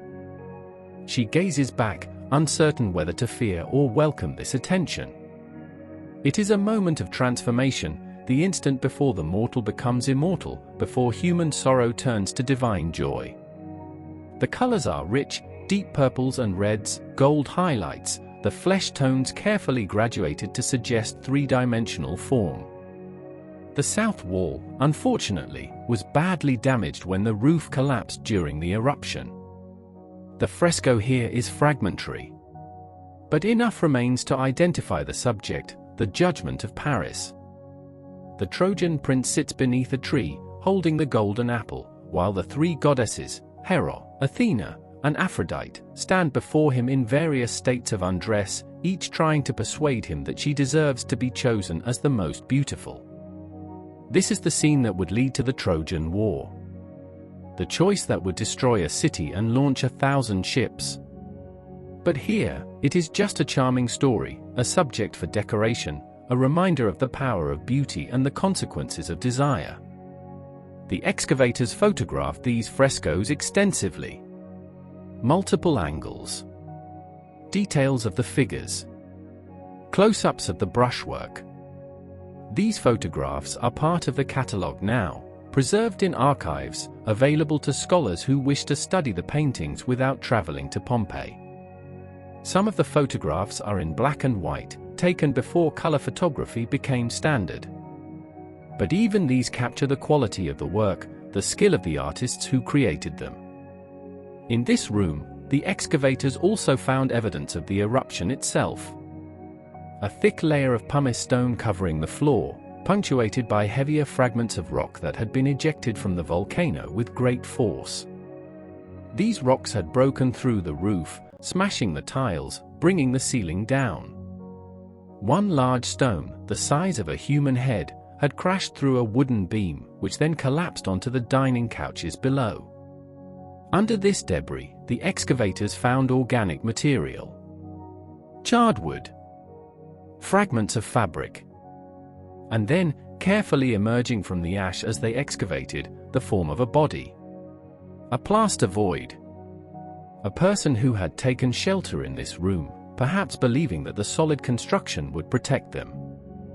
It had not. The weight of the volcanic debris had brought the roof down upon them. Fiorelli's technique was applied. Plaster poured carefully into the void. Time allowed for it to set. Then the ash slowly chipped away. And there, preserved in plaster, was the form of a woman. She lay on her side, one arm over her head as if to protect herself from falling debris. Her clothing, though it had rotted away, left impressions in the ash around her body. She wore a long tunic. And clutched in her other hand, pressed against her chest, was a small wooden box. When the excavators carefully removed the plaster cast and examined the area around it, they found that the wooden box, though the wood itself was gone, had protected what was inside. Jewelry. Gold earrings. A pearl necklace. Several rings. The woman had grabbed her valuables when the eruption began. Had tried to save what was most precious. But in the end, gold could not save her life. The catalogue records all of this. Triclinim, south side. Human remain, adult female. Age approximately 30 to 35 years based on bone analysis. Associated finds, gold earrings, pair. Pearl necklace, 18 beads. Gold rings, 4. Condition of skeletal remains, good, with some crushing damage from roof collapse. The language is clinical. Factual. But behind the facts, there is always the human tragedy. Always the recognition that this was a person. That she had a name we do not know. A life we can only imagine. A death we can document but not prevent.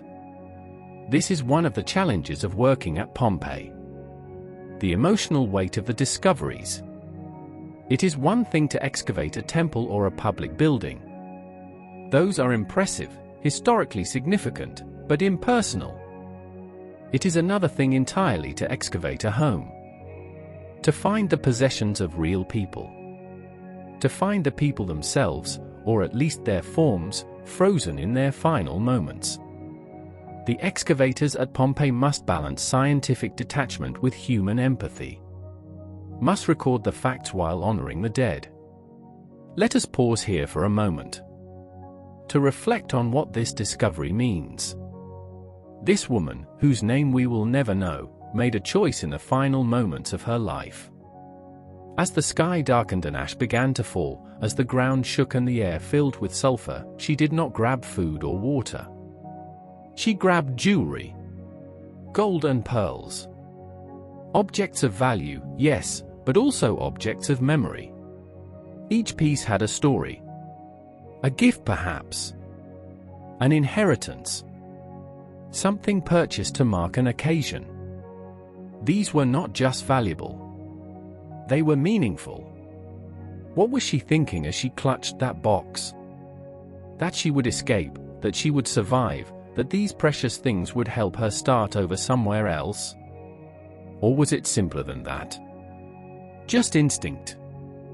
Just the human need to hold on to something familiar, something cherished, in a moment when everything familiar was falling apart? We cannot know.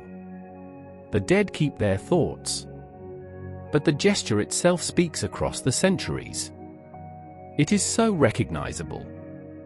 So human. We understand it immediately because we would do the same. In crisis, when we have only moments to choose what to save, we reach for what matters. And what matters is rarely the practical. It is the meaningful. The irreplaceable. The things that connect us to who we are and who we love. This is why the catalogue matters. Why the careful documentation of this scene, this body, this jewelry, is not merely academic exercise but something deeper. It preserves not just objects but choices. Not just facts but humanity. It allows us to see, across nearly 2,000 years, a moment of decision. A moment of fear and hope. A moment when one person tried to save what could not be saved. The excavators who found her would have felt this weight. Would have paused in their work, perhaps, to acknowledge what they had uncovered. Not just remains. Not just artifacts. But a story. A person. Someone whose last act was one of desperate hope, of trying to preserve something precious against the odds. And then, after that pause, they would have continued. Because this is what archaeology requires. This balance between feeling and thinking. Between empathy and analysis. The ability to honor the dead while also serving the living, the future generations who will want to understand what happened here, who will seek to learn from these preserved lives. As we move through the rest of the villa, room by room, the catalogue continues to grow. But let us carry this awareness with us. Each entry in that catalogue represents more than an object. It represents a choice someone made. A life someone lived. A moment someone experienced. The catalogue is not cold. It is not distant. It is intensely human if we read it with the right eyes. A bedroom with a small shrine to Venus, the goddess of love. The shrine includes a terracotta figurine of the goddess, her hand raised in a gesture of blessing. Before the shrine, offerings, a bronze coin, a glass bead, a withered flower, now just a carbonized stem but once fragrant and colorful. These offerings tell us that someone in this household had a particular devotion to Venus. Perhaps a young woman hoping for a good marriage. Perhaps a wife praying for harmony in her relationship. Perhaps simply someone who appreciated beauty and wished to honor its divine personification. Another bedroom with a different focus. Here, on a small altar, are figurines of the household gods. The Lares, those protective spirits. But also Vesta, goddess of the hearth and home. And Mercury, god of commerce and communication, suggesting that the occupant of this room was involved in business, perhaps a merchant or shopkeeper. The Romans did not have one religious identity. They were polytheistic in the fullest sense. Different gods for different needs. Different prayers for different occasions. Religion was not about belief in a single truth but about maintaining good relations with the various divine powers that influence life. In a storage closet, the excavators found cleaning supplies. Bronze buckets. Brooms, their wooden handles gone but the bristles, made from plant fibers, carbonized and preserved. Scrubbing brushes. Rags, now just impressions in the ash. These humble objects remind us that even wealthy houses required maintenance. That someone had to sweep the floors and wash the walls and keep everything clean. That behind the elegant facade of Roman domestic life was a constant work of preservation and care. The catalogue records these items too. Storage closet, second floor. Bronze bucket, capacity approximately 10 liters. Broom, bristle portion only, wooden handle decayed. Brushes, 3, various sizes. Fabric fragments, probably from cleaning rags, badly degraded. The list continues, patient, thorough, missing nothing.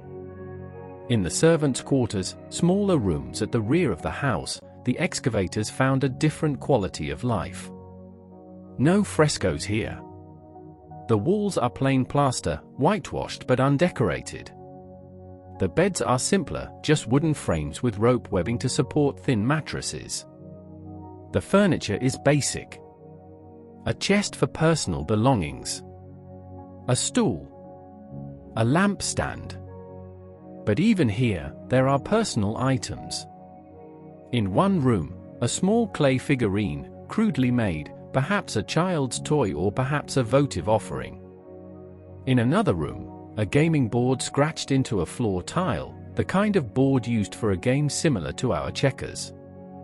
The playing pieces are gone, but the board remains, evidence that the servants found time for leisure, for entertainment, for the small pleasures that make any life bearable. In one corner, a metal collar. Iron, with a bronze nameplate. The nameplate is engraved, "I am the property of Marcus Antonius Rufus." If found, return to the villa of Marcus Antonius Rufus on the Via dell'Abbondanza. This is a slave collar, designed to identify enslaved people who might try to escape, to ensure that they would be returned to their owner if found. The discovery of such collars is always sobering. It reminds us that the elegant villas, the beautiful frescoes, the sophisticated culture of Rome, all of this was built on the foundation of slavery. That beneath the surface of civilization was a system of brutal exploitation.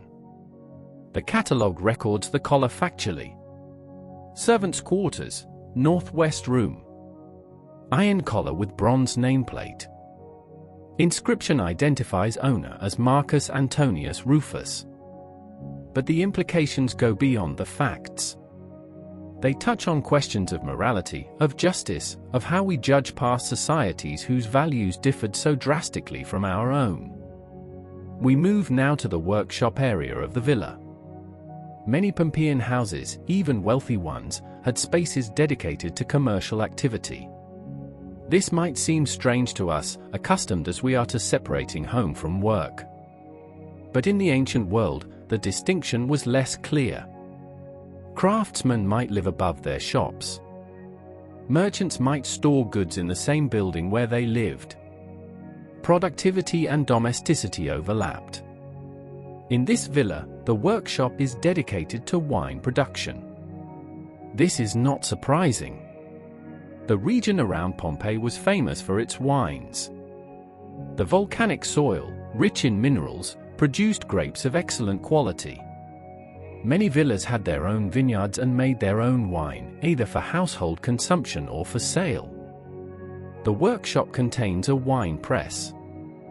This is a large piece of equipment, too heavy to remove, and so it has been left in place and photographed extensively. The press consists of a large wooden beam, now mostly decayed but its cavity preserved and cast in plaster. This beam would have been weighted with stones and used to crush the grapes, extracting their juice. The juice would flow down a sloped surface into a collection basin, from which it could be transferred to fermentation vessels. Around the press, the excavators found all the equipment of winemaking. Amphorae for storage, some still sealed, their contents turned to vinegar or completely evaporated over the centuries. Bronze funnels for transferring liquids. Ladles and dippers. Straining cloths, their fabric long gone but impressions remaining. And, most interestingly, wooden tablets recording the production and sale of wine from this villa. These tablets, carbonized by the heat of the pyroclastic surge, are difficult to read. The writing has faded, and the wood is fragile. But specialists have examined them carefully, using infrared photography and other techniques to make the text visible. The tablets record transactions. Sales of wine to taverns and shops in Pompeii. Payments received. Debts owed. They give us names. The owner of this villa was Lucius Caecilius Eucundus, a wealthy banker and wine merchant. His business records have survived, allowing us to reconstruct his economic activities in remarkable detail. The catalogue of the workshop runs to many pages. Each piece of equipment is described. Each amphora is catalogued. The tablets are transcribed, with notes on the condition of the wood and the legibility of the text. And slowly, from all these details, a picture emerges. Not just of a workshop, but of a business.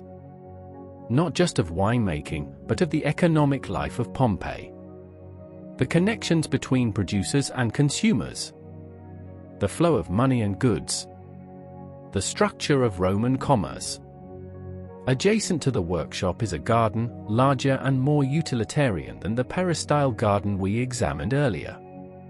This is a working garden, a space for growing vegetables and herbs for the kitchen.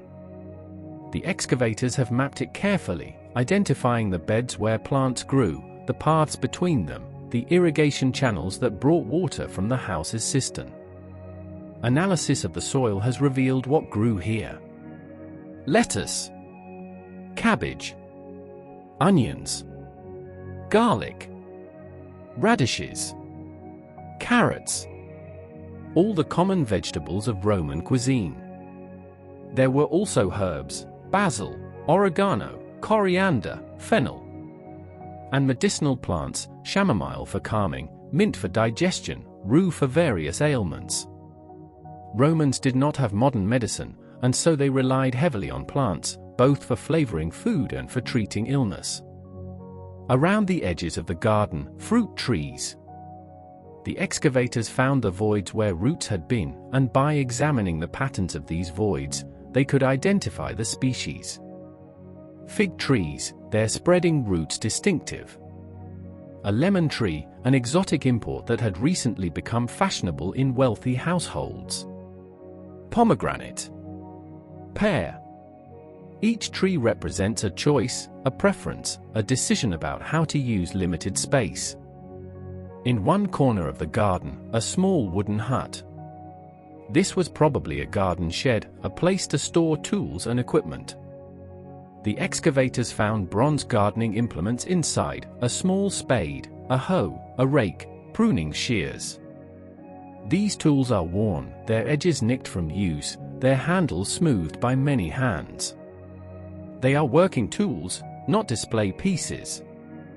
They tell us that the garden was actively maintained, that someone took pride in it, spent time caring for it, ensured that it produced abundantly. The catalogue of the garden includes not just the tools but also the layout. a detailed map showing the location of each bed, each path, each tree. Soil samples have been analyzed to determine what fertilizers were used. Romans understood the value of manure and compost, and they applied these systematically to maintain soil fertility. They also understood crop rotation, the practice of alternating different plants in the same bed to prevent depletion of nutrients. All of this information, gathered painstakingly over weeks of excavation, recorded meticulously in the catalogue, contributes to our understanding of Roman horticulture. We learn what they grew, how they grew it, what techniques they used. We learn about their diet, their preferences, their knowledge of plants. We learn, in short, about the practical everyday reality of feeding a household in the ancient world. As we approach the end of our tour through the villa, we come to the stables. Not all villas had stables, but this one did, suggesting that the owner kept horses or donkeys for transportation or for working the land. The stable is a simple structure, a long, narrow room with stalls divided by wooden partitions. The wood has decayed, but the stone bases of the partitions remain, allowing us to reconstruct the layout. In one stall, the excavators made a remarkable discovery. The skeleton of a horse, perfectly articulated, lying on its side. The animal had been trapped in the stable when the eruption occurred, unable to escape, and had died there. Unlike human victims, whose soft tissues decayed leaving hollow voids, the horse's bones remained, providing direct evidence rather than a plaster cast. Analysis of the bones tells us about the animal. It was a mare, approximately 8 years old. She stood about 14 hands high, a medium-sized horse by modern standards. Her teeth show wear patterns consistent with a horse that was ridden regularly but also used for pulling a cart or plough. She was a working animal, valuable but not pampered. Around the skeleton, the excavators found the remains of tack. Bronze fittings from a bridle. The decay of leather straps. A bit, the metal bar that goes in a horse's mouth, still positioned near the skull. These items are catalogued carefully. Stable, north stall. Equine skeleton, adult female. Associated finds, bronze bridle fittings, 4. Iron bit. Leather decay consistent with reins and harness. The horse is not just a curiosity. She is evidence. Evidence of transportation, of agricultural practices, of the importance of animals in Roman life. Nearby, in what was probably a tack room, the excavators found more equipment. Saddles, or at least the bronze and iron fittings that reinforced them. Roman saddles did not have stirrups, which had not yet been invented, but they did have high pommels and cantles to help the rider stay seated. Reins. Bridles.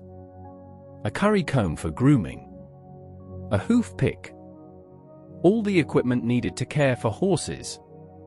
And then, something unexpected. In the corner of the tack room, a small wooden chest. Inside, military equipment. A soldier's helmet, bronze with a distinctive crest holder. A dagger in a decorated sheath.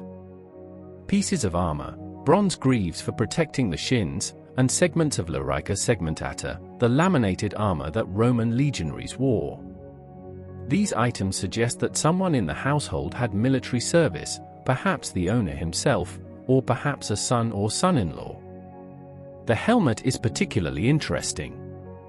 It is of a type used by auxiliary cavalry in the mid-1st century AD. The decoration includes raised reliefs showing military trophies, shields, spears, helmets piled together in the traditional manner. The helmet has seen use. There are dents and scratches that speak of real combat or at least of hard training. This is not ceremonial armor. This is equipment that was worn, used, relied upon. The catalogue describes each piece of military equipment in detail. Measurements. Weight. Condition. Comparison to other examples found elsewhere. The presence of such equipment in a private home raises questions. Was the owner a veteran? Had he served in the legions or the auxiliaries and retired to civilian life? Or was this equipment kept as an heirloom, a reminder of family military tradition? We cannot know for certain, but the questions themselves are valuable. They point to avenues of research, connections to be explored, stories that might be recovered from other evidence. As the excavation nears its end, as the last rooms are cleared and the final objects are catalogued, the archaeologists step back and assess what they have found. This villa, like every villa excavated in Pompeii, is unique. It has its own history, its own stories. But it is also representative. It shows patterns that appear in other houses. Architectural features that were common. Objects that were typical. And by comparing this villa to others, by looking for similarities and differences, scholars can build a more complete picture of Roman domestic life. The catalogue is, in this sense, not just a record of one villa but a contribution to a larger project. The project of understanding Pompeii as a whole. Of seeing how different houses related to each other. How wealth was distributed. How styles changed over time. How different families chose to express their identity through their homes. Over the decades since Fiorelli's innovations, thousands of such catalogues have been compiled. Some houses have been excavated multiple times, each generation of archaeologists bringing new techniques and new questions. Some finds have been reinterpreted as our understanding has grown. Some objects that seemed unimportant to early excavators have proven crucial to later scholars with different research interests. This is the nature of archaeology. It is not a treasure hunt, where the goal is simply to find impressive objects. It is a scientific discipline, where evidence is gathered systematically, recorded thoroughly, and made available for study and reinterpretation. The catalogues are not final answers but foundational data. They allow future scholars to ask questions that we cannot yet imagine, to see patterns that we have not yet recognized, to build understanding that goes beyond what any single generation can achieve. Consider the evolution of our understanding of Pompeian diet. Early excavators noted the presence of food remains but paid them little attention. They were interested in sculpture and frescoes, not carbonized lentils. But as archaeology evolved, as questions about daily life became central to the field, those humble remains became important. Scholars began to catalogue them systematically, to analyze them in laboratories, to compare findings across multiple sites. The result is that we now know more about what Romans ate in Pompeii than we know about the diet of any other ancient city. We know not just the foods of the wealthy but also of the poor. Not just the elaborate banquet dishes but also the everyday staples. We know what was grown locally and what was imported. We know seasonal variations. We know preferences and variations. All because someone took the time to record those carbonized lentils, to catalogue those fish bones, to note the species of nuts found in a storage jar. Or consider our understanding of Roman commerce. The business tablets found in the villa of Lucius Caecilius Jucundus are not unique. Similar tablets have been found in other houses, recording other transactions. Together, these tablets allow us to reconstruct networks of trade, patterns of credit, the flow of money through the city's economy. They show us which families were connected by business relationships, which goods were most profitable, how prices fluctuated with supply and demand. None of this would be possible without the careful work of cataloging. Without recording exactly where each tablet was found, what condition it was in, what text it contained. The early excavators would have discarded these tablets as worthless. Carbonized wood? Just debris from the eruption. But modern archaeologists recognized their value, and now they are among the most studied objects from Pompeii. The same is true for the graffiti. Pompeii's walls are covered with graffiti, scratched or painted by the city's inhabitants. Some of it is sophisticated, poetry, political slogans, advertisements.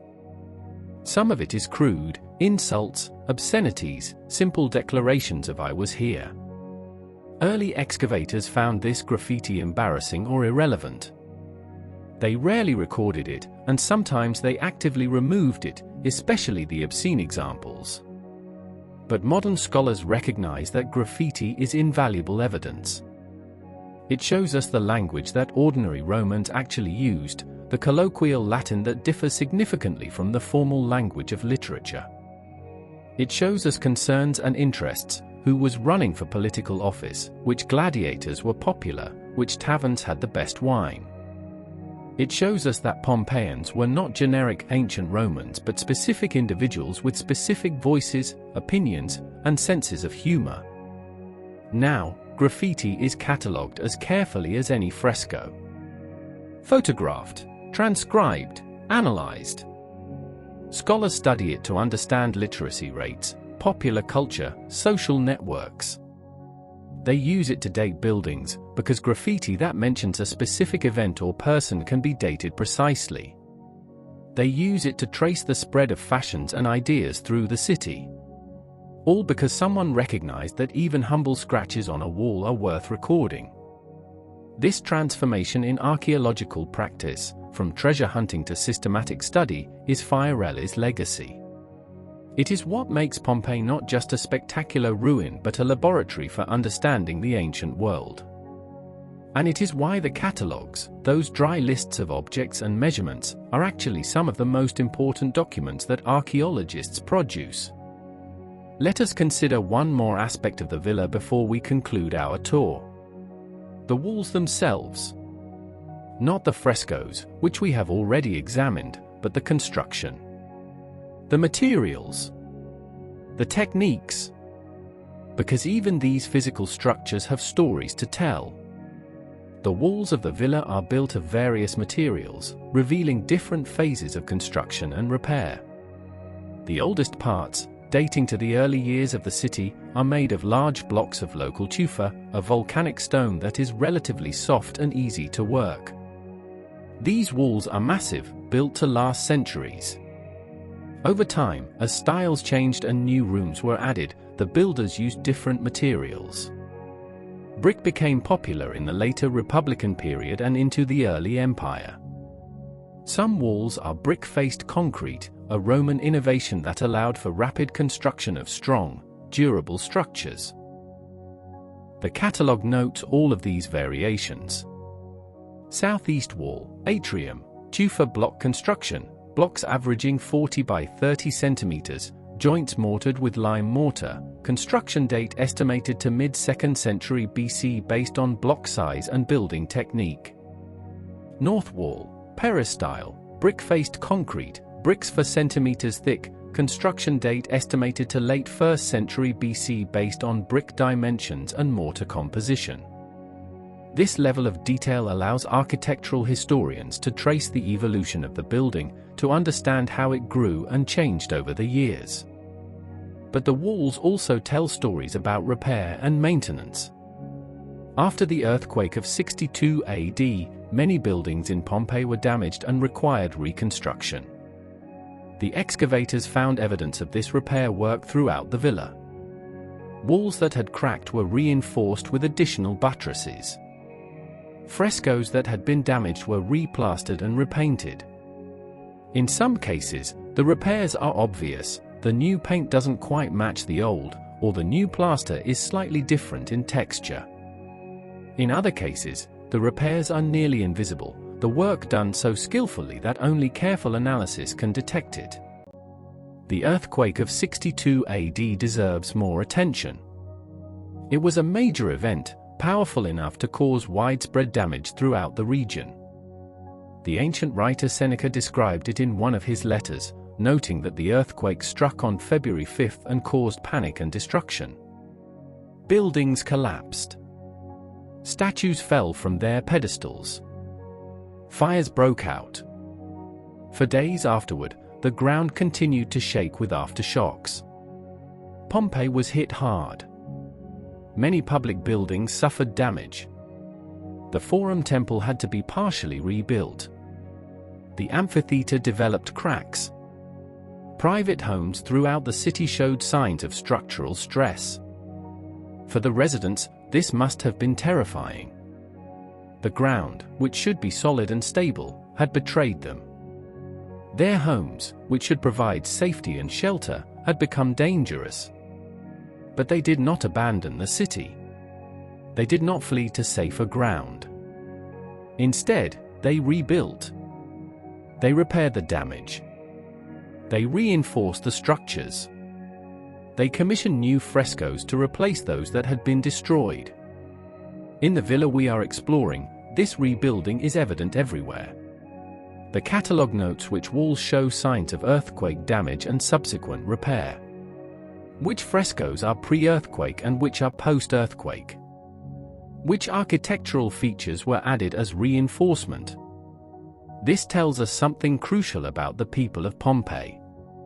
They were resilient. They were invested in their city, in their homes, in their community. The earthquake could have been the end. Many cities, hit by such disasters, decline and never fully recover. But Pompeii bounced back. The 17 years between the earthquake and the eruption were years of renewal, of rebuilding, of improvement. The villa's frescoes show this clearly.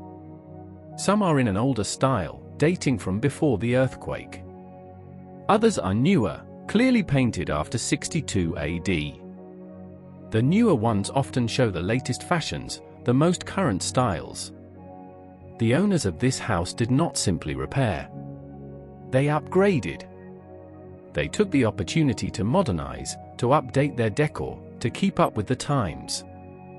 This pattern appears throughout Pompeii.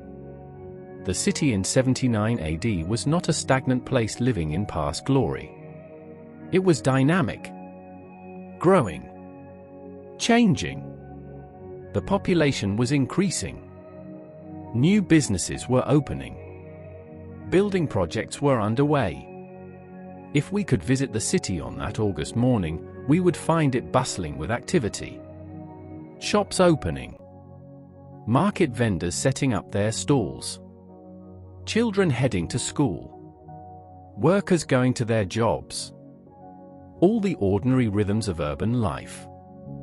And then, in mid-morning, the mountain erupted. And all that activity, all that renewal, all that investment in the future, came to an abrupt and absolute end.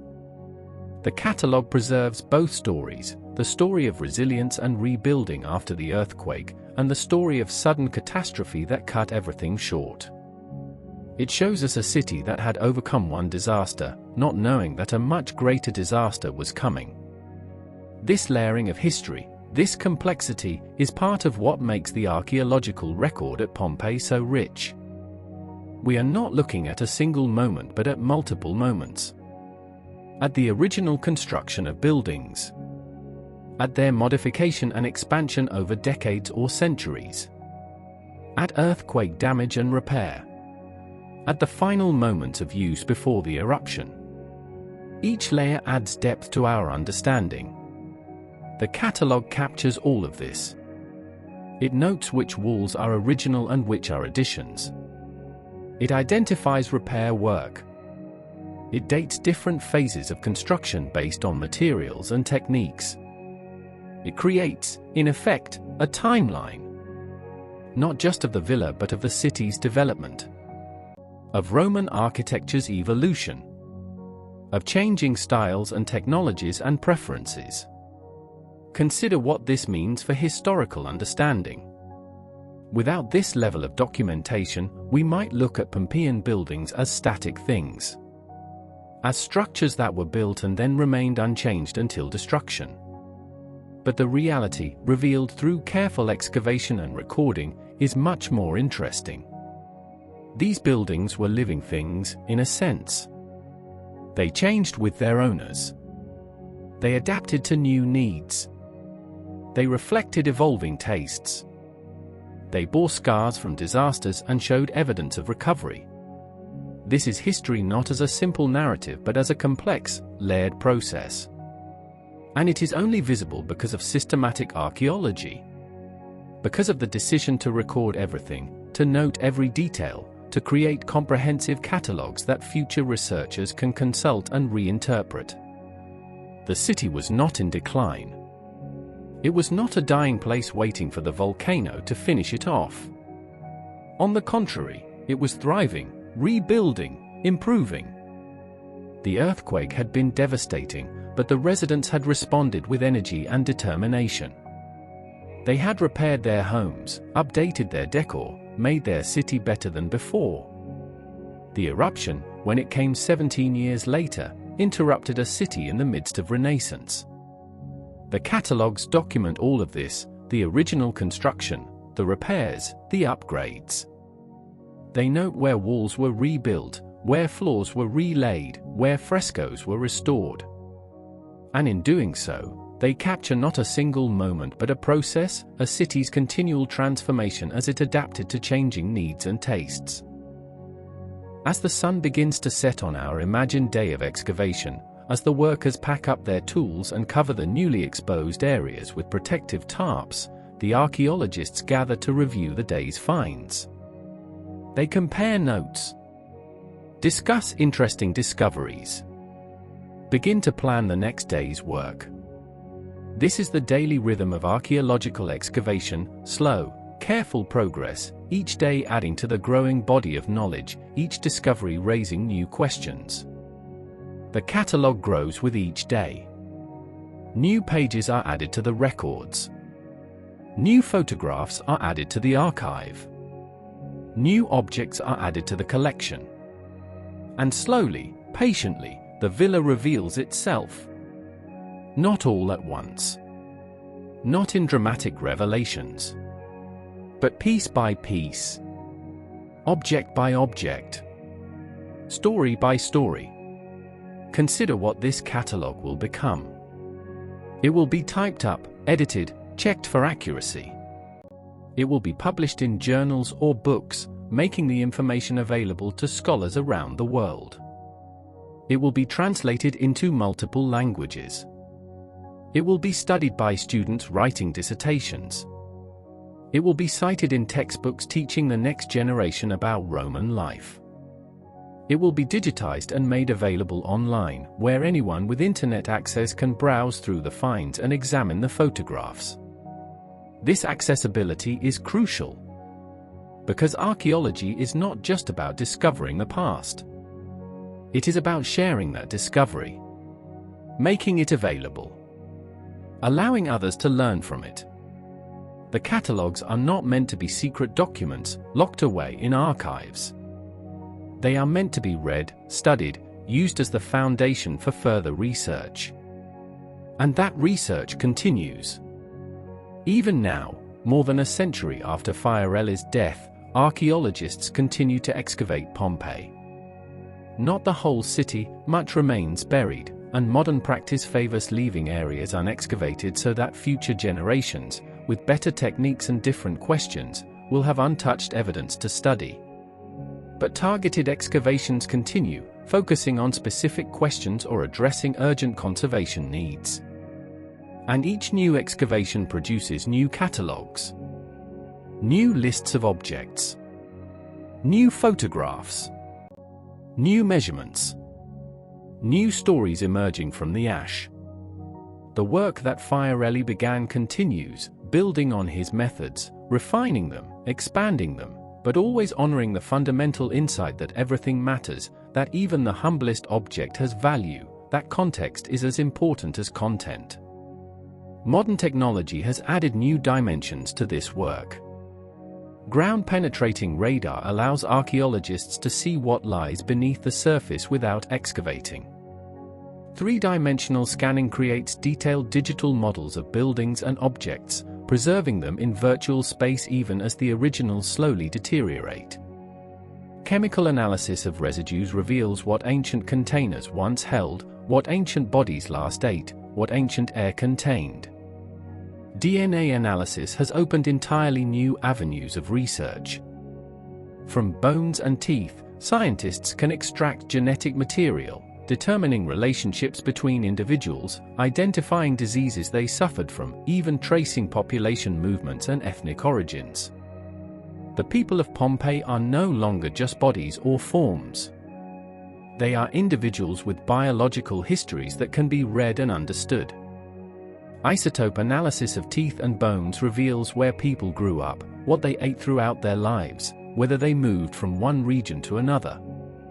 One woman found in Pompeii had isotope signatures showing she grew up far from the city, perhaps in the mountains or another region entirely.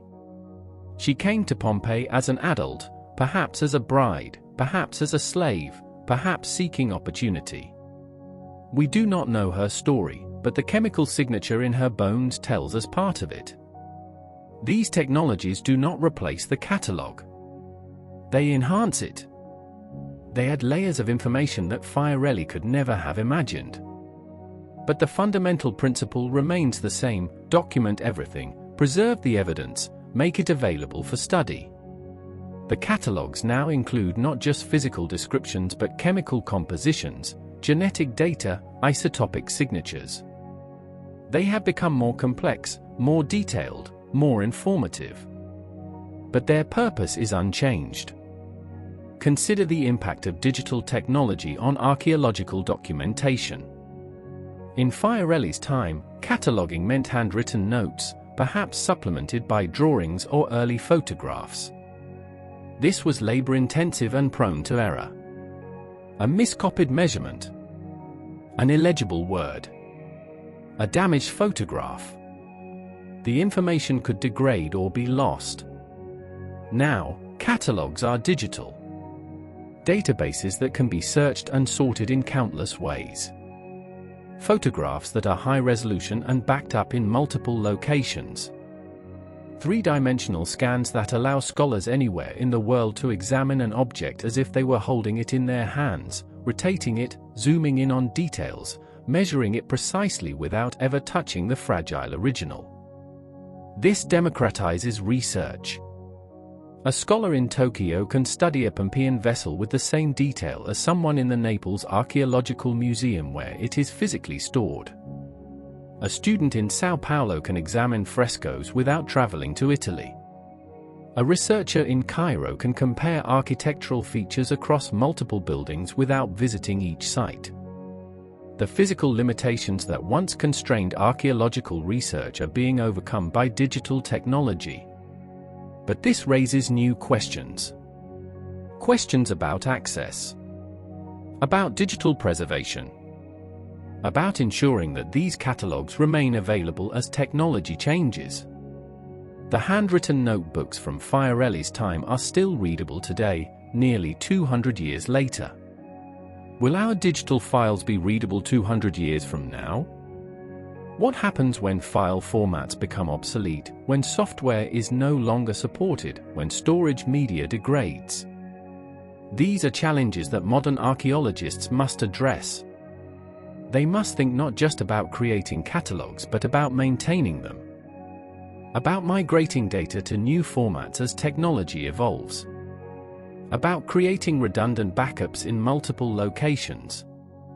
About establishing international standards so that catalogues from different projects can be integrated and compared.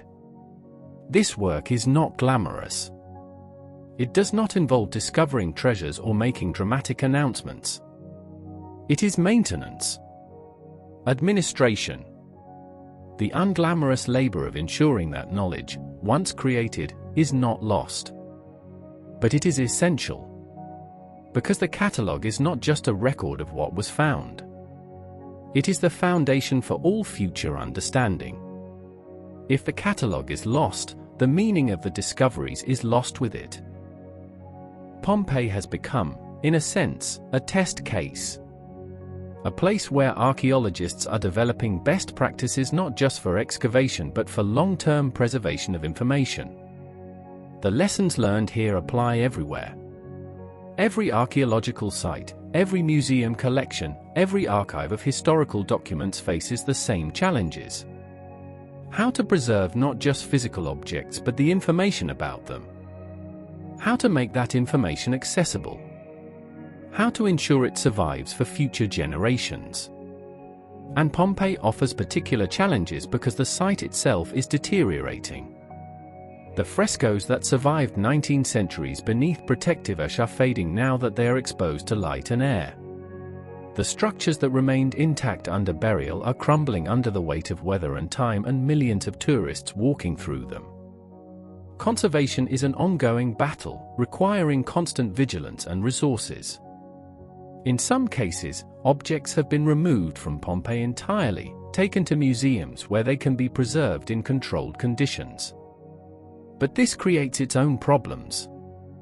When an object is removed from its original location, context is lost. Even with the best documentation, something intangible is missing. The sense of place. The relationship to surroundings. The way light falls at different times of day. These elements cannot be fully captured in any catalogue, no matter how thorough.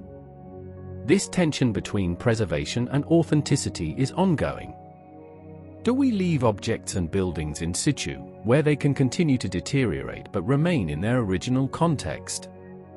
Or do we remove them to museums, where they can be better preserved but lose their connection to place? There is no perfect answer. Each case requires judgment, balancing competing values, making difficult choices. Pompeii itself has become a kind of open-air museum. But it is a museum that is also a ruin, still vulnerable to the elements, still changing, still in some sense dying even as efforts to preserve it continue. The catalogues document not just the ancient city but also its modern deterioration. Photographs from the 19th century show frescoes that are now faded or gone. Structures that were intact in Fiorelli's time have since collapsed. The catalogue itself becomes a memorial to what has been lost even as it records what was found. This adds urgency to the work. Every year that passes without documentation is a year of information lost. Every building that collapses before it is fully recorded is a story that can never be told. Every fresco that fades before it is photographed is beauty that future generations will never see. The race is not just against the original burial but against ongoing decay. Yet despite these challenges, despite the inexorable processes of deterioration, Pompeii continues to teach us. New discoveries are still being made. Buildings that have stood buried for 2 millennia are still being excavated. Objects are still emerging from the ash. And each discovery adds to the catalogue, enriches our understanding, connects us more deeply to the people who lived and died here. Recent excavations have focused on areas that were neglected by earlier archaeologists. The working-class neighborhoods. The industrial districts. The areas outside the city walls. These places do not have grand public buildings or elaborate villas. They have workshops and taverns and modest homes. But they are revealing new aspects of Pompeian life, aspects that the focus on wealthy houses missed.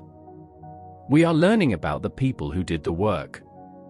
The bakers who made the bread. The fullers who cleaned clothes. The metalworkers who forged tools. The potters who made vessels. These were the majority of Pompeii's population. Not wealthy. Not powerful. But essential to the city's functioning. Their stories are being recovered, catalogued, added to the historical record. We are learning about entertainment and leisure. About the taverns where people gather to drink and socialize. About the gambling that went on in every neighborhood. About the sexual commerce that was openly advertised with symbols and inscriptions. About the spectacles in the amphitheater, gladiatorial games, and animal hunts that drew crowds from across the region. We are learning about religion in its popular forms. Not the official state cult with its grand temples, but the household shrines and neighborhood altars and small sanctuaries where ordinary people made offerings and prayed for help with everyday concerns. The gods they worshipped were sometimes the same as those honored in public ceremonies. But sometimes they were different, foreign deities brought by immigrants, or very local spirits tied to specific places. We are learning about diversity. Pompeii was not ethnically homogeneous. Inscriptions show Greek and Oscan alongside Latin. Tomb markers show names from across the Mediterranean. There were merchants from the east, perhaps from Syria or Egypt. There were enslaved people from conquered territories, perhaps from Gaul or Britannia. The city was cosmopolitan, connected to the wider Roman world in all its variety. All of this emerges from the catalogues, from the patient recording of evidence, from the willingness to pay attention to everything, not just the spectacular, from the recognition that every object, every inscription, every architectural feature has something to teach us if we approach it with curiosity and care. On what the catalogue has revealed. We began with a buried city, lost and forgotten. We followed the archaeologists as they uncovered it, room by room, object by object. We watched them record every detail, preserve every fragment, document every discovery. And through their patient work, through the accumulation of countless small facts, a world has been resurrected. Not the world of emperors and generals, the world that dominates our textbooks, but the world of everyday people. Merchants and craftsmen, housewives and children, enslaved people and freedmen, people who lived, loved, worked, played, worried, hoped, just as we do. People whose lives were cut short by catastrophe but who, through the accident of their preservation, have been given a kind of immortality. This is the power of archaeology. Not merely to recover beautiful objects, though Pompeii has yielded many. Not merely to satisfy curiosity about the past, though the discoveries are endlessly fascinating. But to restore humanity to history. To remind us that the grand sweep of empires and battles and political changes was experienced, at ground level, by individual human beings going about their daily business. The woman who grabbed her jewelry box as the ash began to fall. The cook who was preparing the evening meal when the eruption started. The horse trapped in its stable. The child who owned those toys. Each of them was a person, with a unique perspective, unique experiences, a unique life. And though we cannot recover their names, though we cannot hear their voices or know their thoughts, we can know something about them. We can know what surrounded them, what they used, what they valued, how they lived. This is what the catalogue preserves. Not just objects but relationships. Not just facts but meaning. Each item in the list is connected to every other item. The cooking pots connect to the food remains, connect to the dining room frescoes, connect to the garden layout, connect to the storage jars, connect to the trade networks that brought goods to Pompeii. Everything relates to everything else, forming a web of evidence that, when carefully studied, reveals patterns, tells stories, brings the past to life. And so we come to the end of our journey. We have walked through a Roman villa. We have seen it emerge from the ash. We have catalogued its contents. We have heard the stories that its objects tell. But in a deeper sense, this journey has no end. Because the work continues. New excavations uncover new villas. New techniques reveal details in old finds. New scholars ask new questions, approaching the same evidence from different angles, seeing patterns that previous generations missed. The catalogues are not conclusions but beginnings. They are invitations to study, to learn, to understand. They are gifts from the past, preserved by accident, recovered by effort, made available by dedication. And they are gifts to the future, ensuring that what was learned will not be forgotten, that the voices of Pompeii, silent for so long, will continue to speak to anyone who takes the time to listen. As we prepare to leave the villa, as the last light fades from the sky, we might pause for a moment. Stand in the atrium. Look through the tablinum to the garden beyond. Imagine water in the impluvium, reflecting the clouds. Imagine voices echoing off the walls. Imagine lamps being lit as evening falls, their warm glow bringing the frescoes to life. Imagine a house full of people, busy with the ordinary concerns of life, unaware that in a few hours, a few days, a few weeks, everything would end. But also imagine the future. Imagine archaeologists decades from now, centuries from now, still studying these remains. Still learning from them. Still finding new insights in the patient accumulation of detail that the catalogues preserve. Imagine students in classrooms, their eyes widening as they realize that history is not just dates and names but lives, real lives, lives like theirs. Imagine visitors walking these streets, touching these walls, feeling the connection across time. This is the legacy of Pompeii. Not ruins for tourists to photograph. Not artifacts for museums to display. But a window. A connection.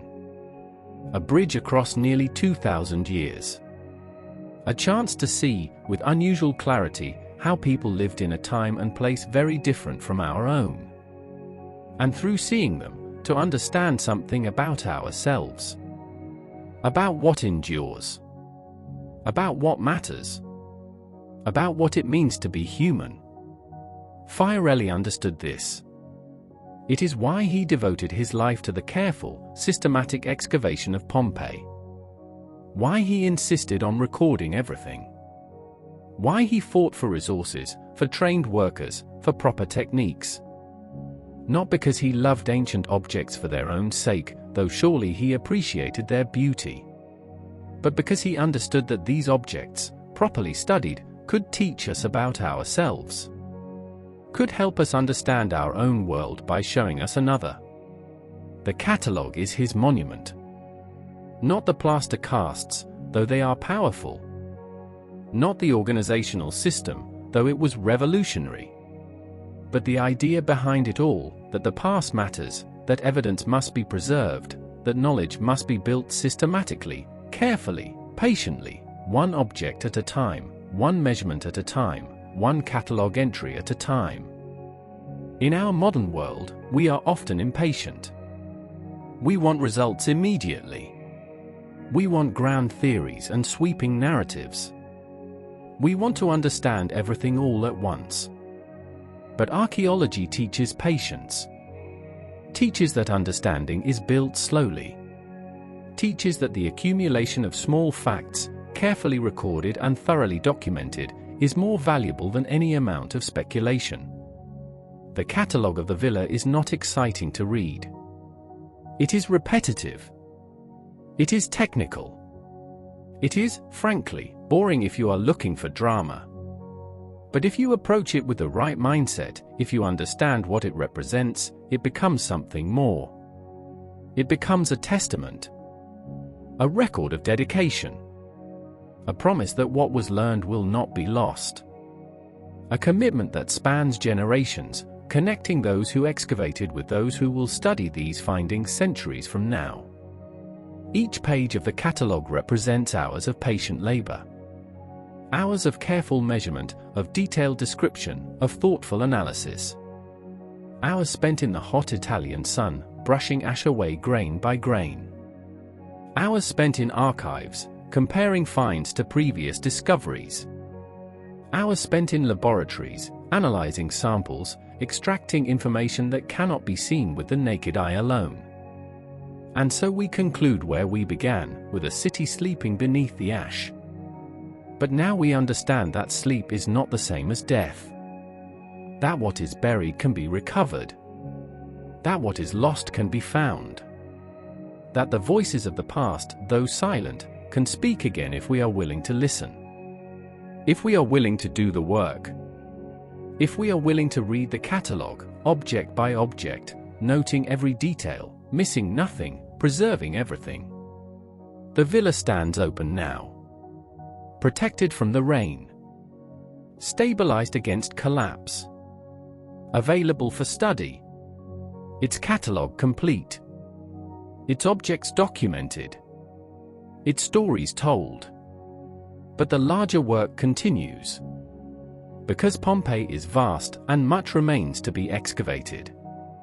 And even what has been excavated continues to yield new insights as new technologies and new perspectives bring fresh understanding to old evidence. This is the power of systematic archaeology. The power of careful documentation. The power of the catalogue. Not to provide final answers, but to make possible an ongoing conversation with the past. A conversation that began when the first archaeologists put spade to ash, that continued through Fiorelli's reforms and continues still today. A conversation that will go on as long as people care about history, as long as we seek to understand those who came before us, as long as we recognize that the past has something to teach us about the present. And what does it teach us? Many things. About resilience, about how people rebuild after catastrophe. About complexity, about how even a single household contains multitudes of stories. About connection, about how trade and travel wove ancient cities into larger networks. About impermanence, about how even stone and bronze are not eternal. About humanity, about how the fundamental concerns of life, food, shelter, family, work, pleasure, remain constant across the centuries. But perhaps most importantly, it teaches us about care. About the importance of preserving. About the value of documentation. About why it matters to record even the smallest details. Because we never know what future generations will need to know. What questions they will ask. What patterns they will see. Our responsibility is not to answer those questions ourselves but to preserve the evidence that will allow future scholars to find their own answers. This is what the archaeologists at Pompeii do. This is what every catalogue entry represents. Not just a fact but a possibility. Not just a measurement but a promise. The promise that nothing will be forgotten. That nothing will be discarded as unimportant. That every object, every fragment, every trace of ancient life will be preserved and made available for study. And so, as we leave the villa, as we step back out into the modern world, we carry with us not just knowledge but appreciation. Appreciation for the patient work of excavation. Appreciation for the careful documentation. Appreciation for those, like Fiorelli, who transformed archaeology from treasure hunting into science. An appreciation for the past itself, for the lives lived, for the objects made and used and left behind, for the stories that wait in the ash to be discovered, catalogued, and shared. The city of Pompeii sleeps no more. It has been awakened. And through the work of generations of archaeologists, through the patient accumulation of countless catalogues, it speaks to us across the centuries. Not in a single voice but in a chorus. Telling us stories of daily life, of work and play, of faith and doubt, of success and failure, of hopes fulfilled and hopes destroyed. Telling us, in short, about being human in a time and place that is both foreign and familiar, ancient and eternal. If you have enjoyed this journey through the buried city, through the catalogue of the villa, through the patient work of recovery and preservation, I invite you to like this video, to subscribe to the channel, to share your thoughts in the comments. Your engagement helps others discover these stories. Helps keep the past alive. Helps ensure that the work continues. Until next time, sleep well. Dream of ancient streets and painted walls. Dream of objects emerging from ash. Dream of voices speaking across time. And remember that history is not just about the great and famous. It is about everyone. About the countless ordinary people whose lives, though brief, have left traces.